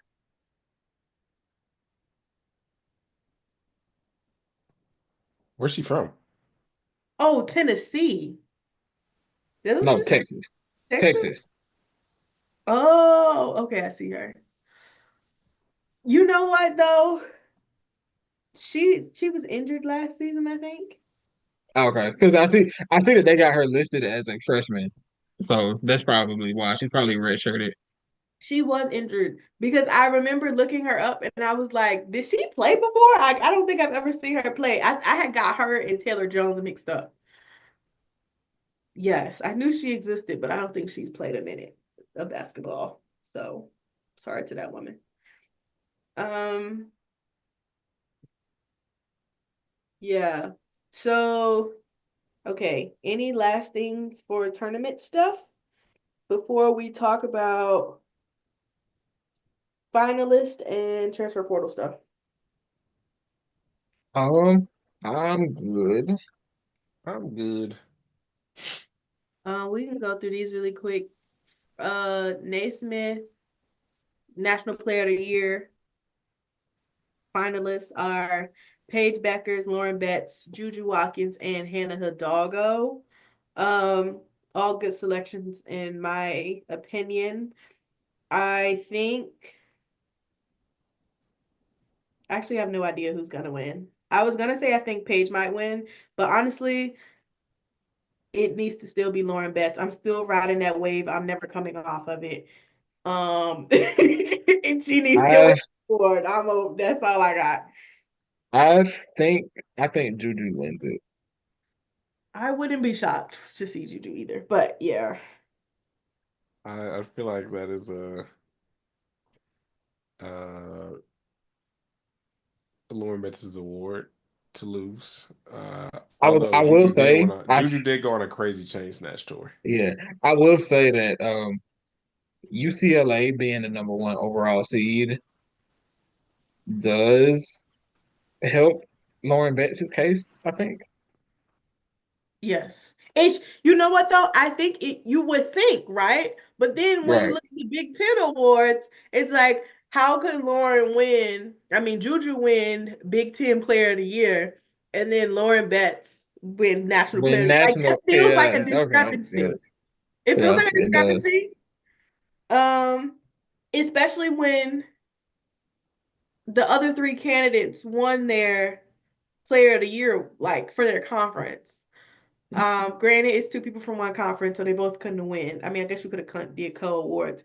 Um, but this is also a part of my stop being what have you done for me lately because Lauren Betts has been the girl the entire year, and I think people have been like kind of ignoring that because they don't like UCLA.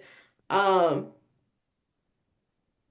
and after Lauren Betts, it's really Hannah Hidalgo. Granted, Juju did win that game in 38 and fucking 6 blocks is crazy. She did eat her up in that game. I can't lie to you. I can't lie. She ate her up in that game. However, um it's like the one game where in all three games Juju played well, but in the one game that Lauren Betts really showed up, her team won the conference championship. So like we just needed Yeah. Lauren to clock in. I just think like anyway. So I don't know how that one's gonna shake out. We'll see. Um, Sammy asked, does tournament play get considered, or is it just regular season? I think it's all of it because I don't think Yeah, it I gets think announced so. until after the Yeah, tournament. yeah, I do think conference tournament comes into account. Yeah, I think so. Which is too, I think, why I could like kind of hurt Ju because she's like not playing anymore. But I do think she's Mhm. already. I don't know. I feel like her resume has already been done. So like, I think I think they vote on this before the March Madness tournament starts. I think so. I think as soon as the like the Power Four conference tournaments are over, I think that's when they vote. interesting. I thought they waited. So we'll see. Really, what they think. Um, And the national. finalists Oh yeah. for Go Coach of ahead. the Year, I got it. I got it right here. I can put it up if you need Okay. I said because I'm remembering off the top of my head. Only person I remember is Mark Campbell.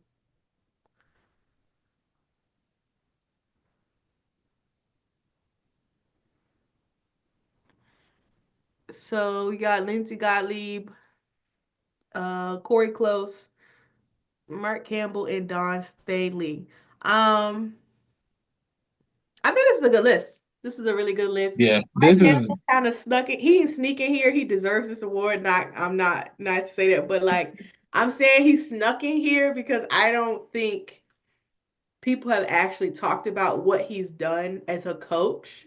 And that's why I'm kind of wondering like if that's why I think it's interesting that you say you think they voted for it early on because I don't really think people acknowledged his body of work until he won the tournament and them playing really well. So, um, yeah, I think this is a good list. I think it's Corey's to lose, assuming her team makes it to the whoever makes it to the final four. I think they will be based on that selection. yeah. So I think start praying. I yeah. I guess going with my thought process because I feel like they have these finalists because the ballots are already turned in. So that's Mhm. why I do think Corey Close is going to win because I think that they also voted and basically said that UCLA is the best team in the country. So I think Yeah. that they'll I think that they'll give them that, and I think Corey Close will be Coach of the Year. But this is honestly as good of a list as you could ask for. As good of a list of finalists, I think. Like I would be perfectly fine with any of these four winning. Yes, and I would too like to point out that Dawn Staley, all the rest of these three, I'm lying. Lindsay won.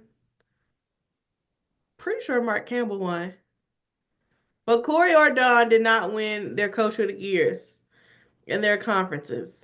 Um, And I think it's funny. Again, they gave that man that award, and this is why he really needs to lose before that 8 come around. Because that was crazy. That is still crazy. Uh, but too, I do think Dawn really actually deserved to be up here. Like I know I always be like, her, Gino, and Kim are people you always have to give nods to, but like South Carolina to experience the adversity they've been through, and the adversity being losing 5 games and not being the number one overall seed, and people really like. I mean, people always talking crazy about them, but people really was talking crazy about them this year. And then to kind of still work through all of that is kind of remarkable, in my opinion. Um, and to beat teams down doing it, I think, tens all around. Um, so excited for them. I would not be mad at any of these selections. And lastly was Depoy. Do you have that one? Let me pull that up. Or say I know JJ Quinterly is on it.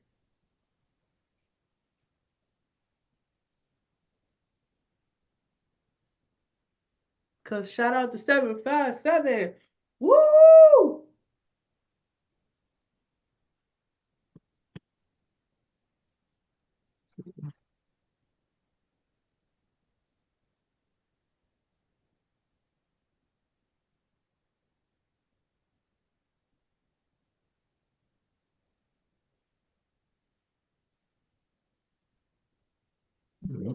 Hold on.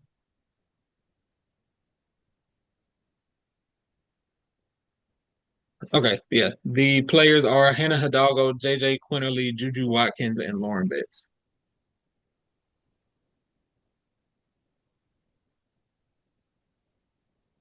Um, yeah, all good choices. I really need JJ to win for draft stock purposes. I'm not gonna lie. We've gotten this far, we gotta have it. We've gotta have it. Like you made the top 4, we gotta have it. I know her team is out of the tournament now, but we gotta have it. I think it'll win. No, I need her to win. I'm not even gonna speak other things into existence. I need her to have it. Yeah, I So was gonna ask that. That was actually something I forgot. I was gonna ask another a stock watch question for JJ Quinterly. I was wondering what you thought about her her where she would be picked in the draft.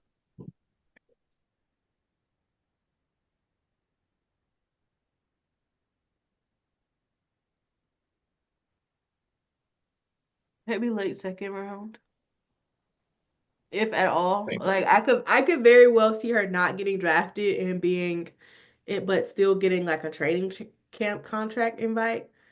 But I would love to see her drafted. I think she has all like obviously you guys know I'm a big fan of her and like she defends well, very athletic, gotten so much better at finishing. Another great energy player, has a pretty solid understanding of the game. Like I really hope she does get drafted. I think I think she will. I think she goes in the second. I do. I think she should at the very least, but I expect that she will. It would make me and my homegirls happy. So they actually have a fan voting option for the defensive player of the year, and it looks as you probably would expect. Um Almost half of these votes are for Juju Watkins. She has 42.9% of the vote. Oh my Uh God. 26 26.6% for Lauren Betts, 22.5% for Hannah Hidalgo, and 8% for JJ Quinterly. I needed to get in the field. I'm sorry, sister. I didn't tweet the link out. Oh, Is this the only one that they had a fan vote for? No, I think they do all of them get fan Oh, votes. Yeah, I think they'll announce. Well, I don't know. They just because I see that they put that up today, so I don't know.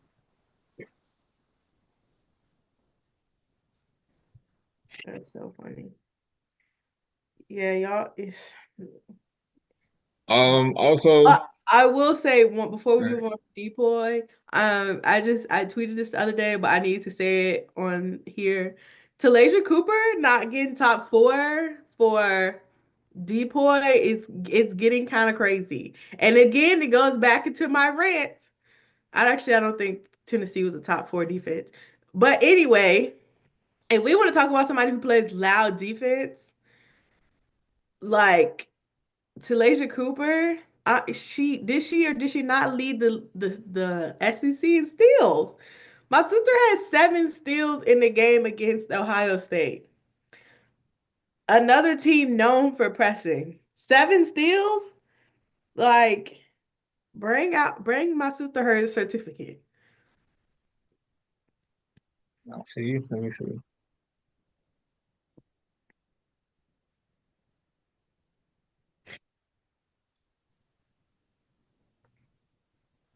Did she average 3 steals a game this year?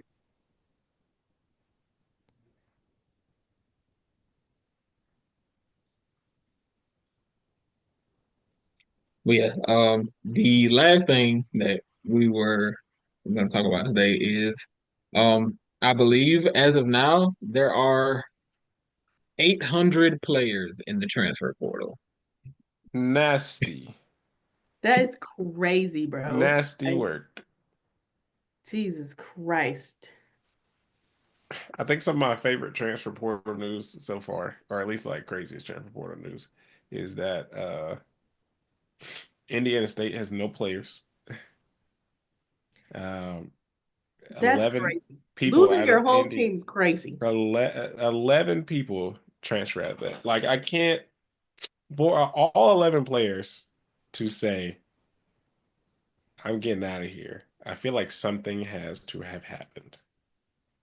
Um, I hope it's like nothing like illegal, or like something that's gonna like ruin these girls for the rest of their lives type shit. But obviously, like I would assume something big happened for everyone to decide to leave, because I would think at least one or two people would be like, well, everyone's gone, so now I have a chance to, To who? yeah. But everyone decided to leave, so that was crazy. Um, also, Camille Pierre, the news of her like going in the transfer portal and then her being like, actually, I'm not doing that. It's nasty out here inside the state, which I think, I She mean, didn't do that. Apparently, it was a lie. The lady oh didn't well, even give good. her exit interview yet. Apparently, somebody released information, and Vanderbilt was like, "Girl, who told y'all that?" Like, what? Well, good because That I was think nuts. I think I think her and Makayla Blakes have a really good future over there, and I don't know, the grass is not always greener, and I think someone of her caliber, like I think Vanderbilt can really have something special in a couple of years, like especially by her senior year. Like I don't think she needs to leave. I don't think another team would do much for her. Like she's averaging what 20 and 11 or something like that. Like she's her right now. It's just getting better Yeah, too. she's been so she was second in scoring for Vanderbilt this year. She led the team in steals. She led the team in rebounds. Like she was all over the place and should have made an all SEC team. Exactly. Clock it. So, but she will be back and she will be in contention for that again next year. My today's day one for today to be day one of the portal. The most surprising. or maybe not surprising, but like the people I'm most interested in are Latasha Lattimore is coming out of UVA. She was like their leading scorer. Jessica Peterson, SMU was bad, but like she was doing a lot of good stuff for them. So I was shocked to see her leave. I'm pretty sure she was a starter. Um, Arizona, the whole team. I'm not shocked that they leaving, but Arizona whole team basically said bye, girl. Um, Sarah Williams from Wisconsin, she left. However, though, we thought the Wisconsin coach was retiring, and then she just got a job at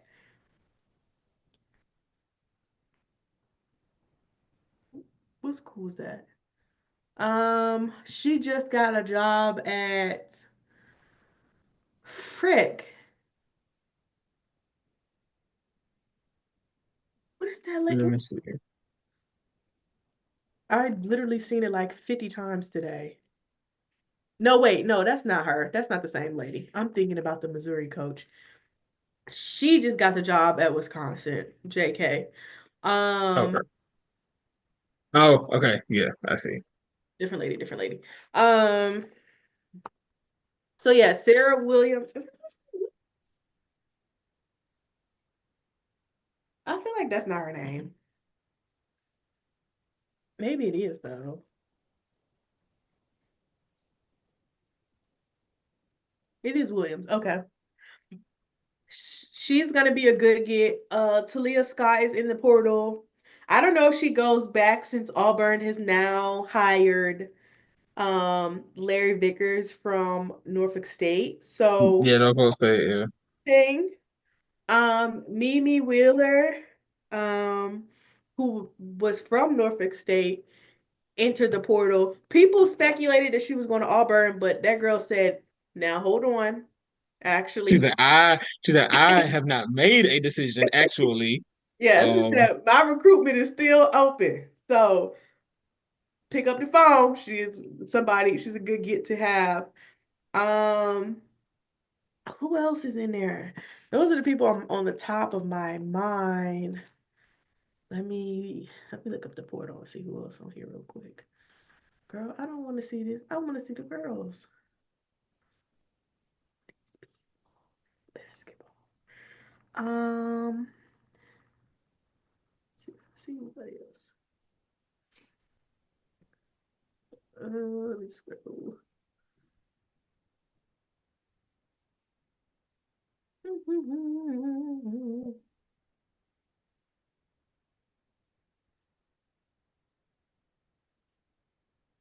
I'm looking at this article for top five transfer destinations for Sarah Williams, and they got the usual suspects on here. Oh well. LSU, South Carolina, USC, Texas, and Iowa.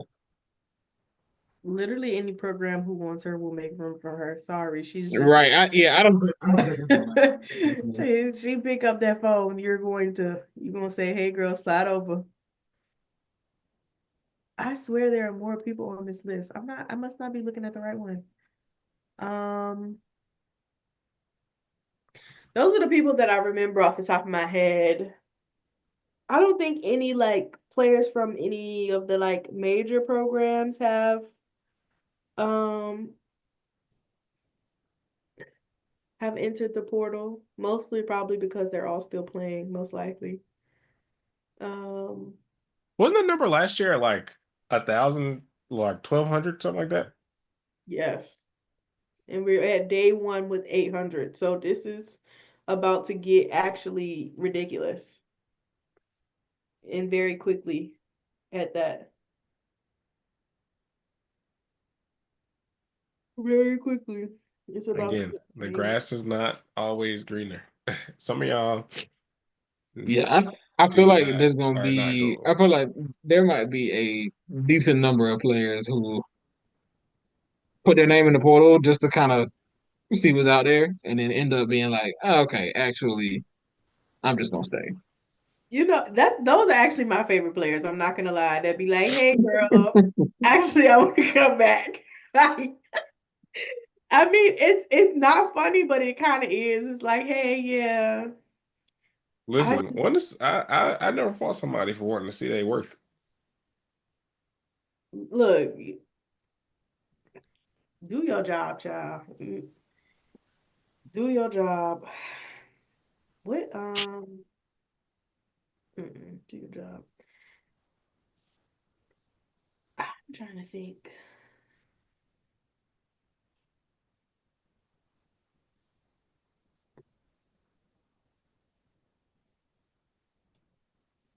People I could see going into the portal. Um,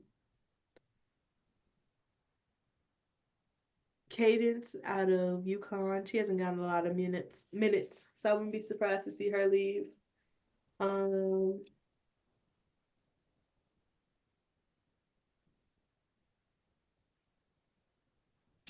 I would be interested to see if ADR leaves LSU. Mm, She hasn't gotten a lot of minutes, and I don't feel like she's really taken any steps to improve this year. So I don't know what she's gonna do. I don't know where she's gonna go either. But I would be interested to see if she leaves. Um, People were asking about Tanaya Latson, or were saying Tanaya Latson should leave Florida State. Um, I don't know. I kind of was like, yeah, she should, but the other part of me is kind of like, nah, like stay where you at. Oh, I know who I want to say. Cody McMahon, people were speculating that she might leave Ohio State. And honestly, I think she should. I don't know where she's going to go either because she needs some fucking structure. But I don't know what program could actually really even give her that, especially with how she plays. Um, yeah, I saw people were looking at. Um, she had a post on Instagram, and people were insinuating that like she was hinting at transferring, but I'm not convinced. But I can see it. I said, because the girls just be tweeting sometimes. Sometimes you gotta say stuff to, because you angry. And she seemed to be really upset about that game. So, which she should Yeah, be. I mean, I this mean, rightfully so. Yeah, I get it. I would be Um, in the chat, we got somebody said, "Will there be rules and regulations in the future for all these portal jumps? And what would y'all like to see?"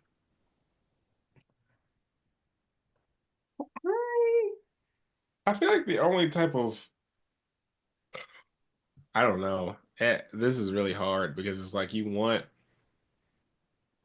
I want the players to be able to do the same type of moves that coaches do, to be honest, because like these coaches will leave these players high and dry the same way, and I feel like the players should be able to kind of move on their own accord.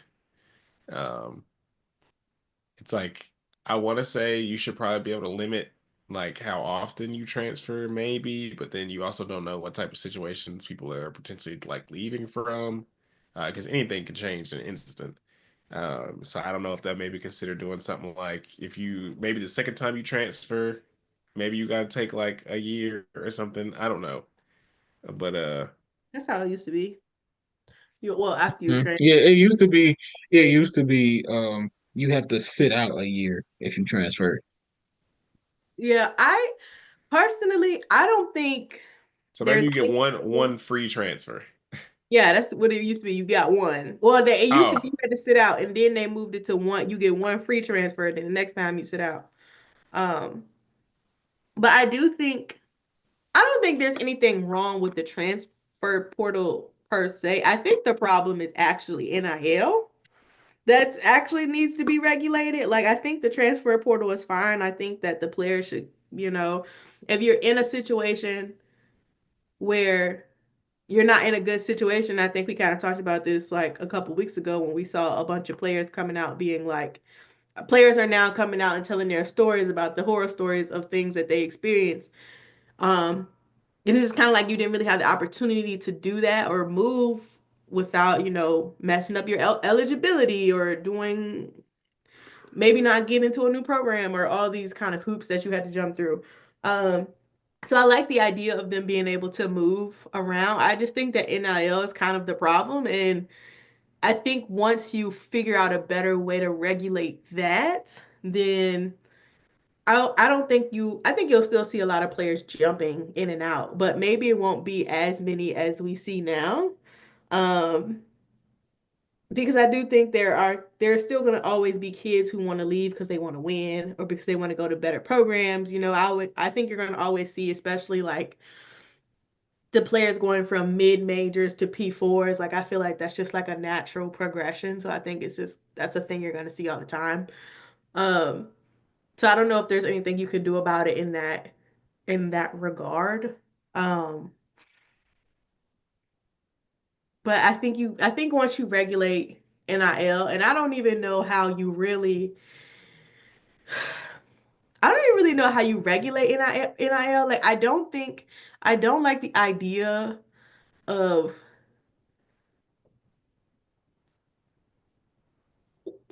organizations essentially paying the players to play. Like I don't think that makes sense at all.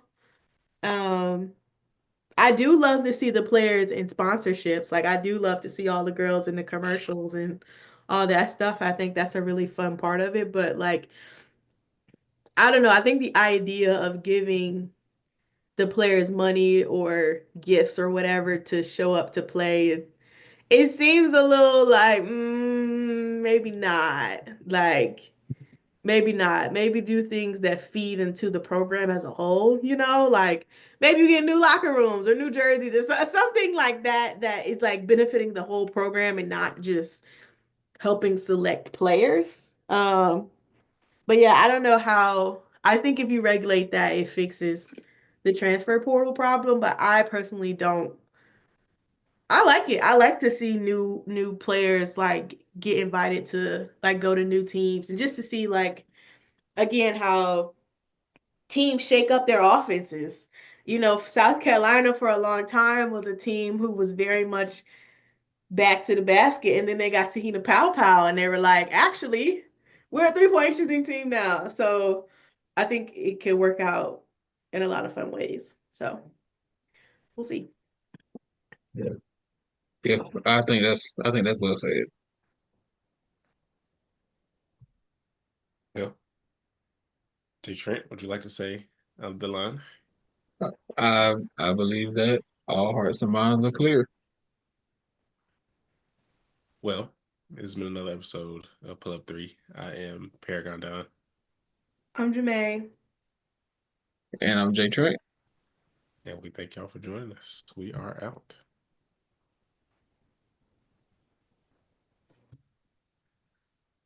Whew.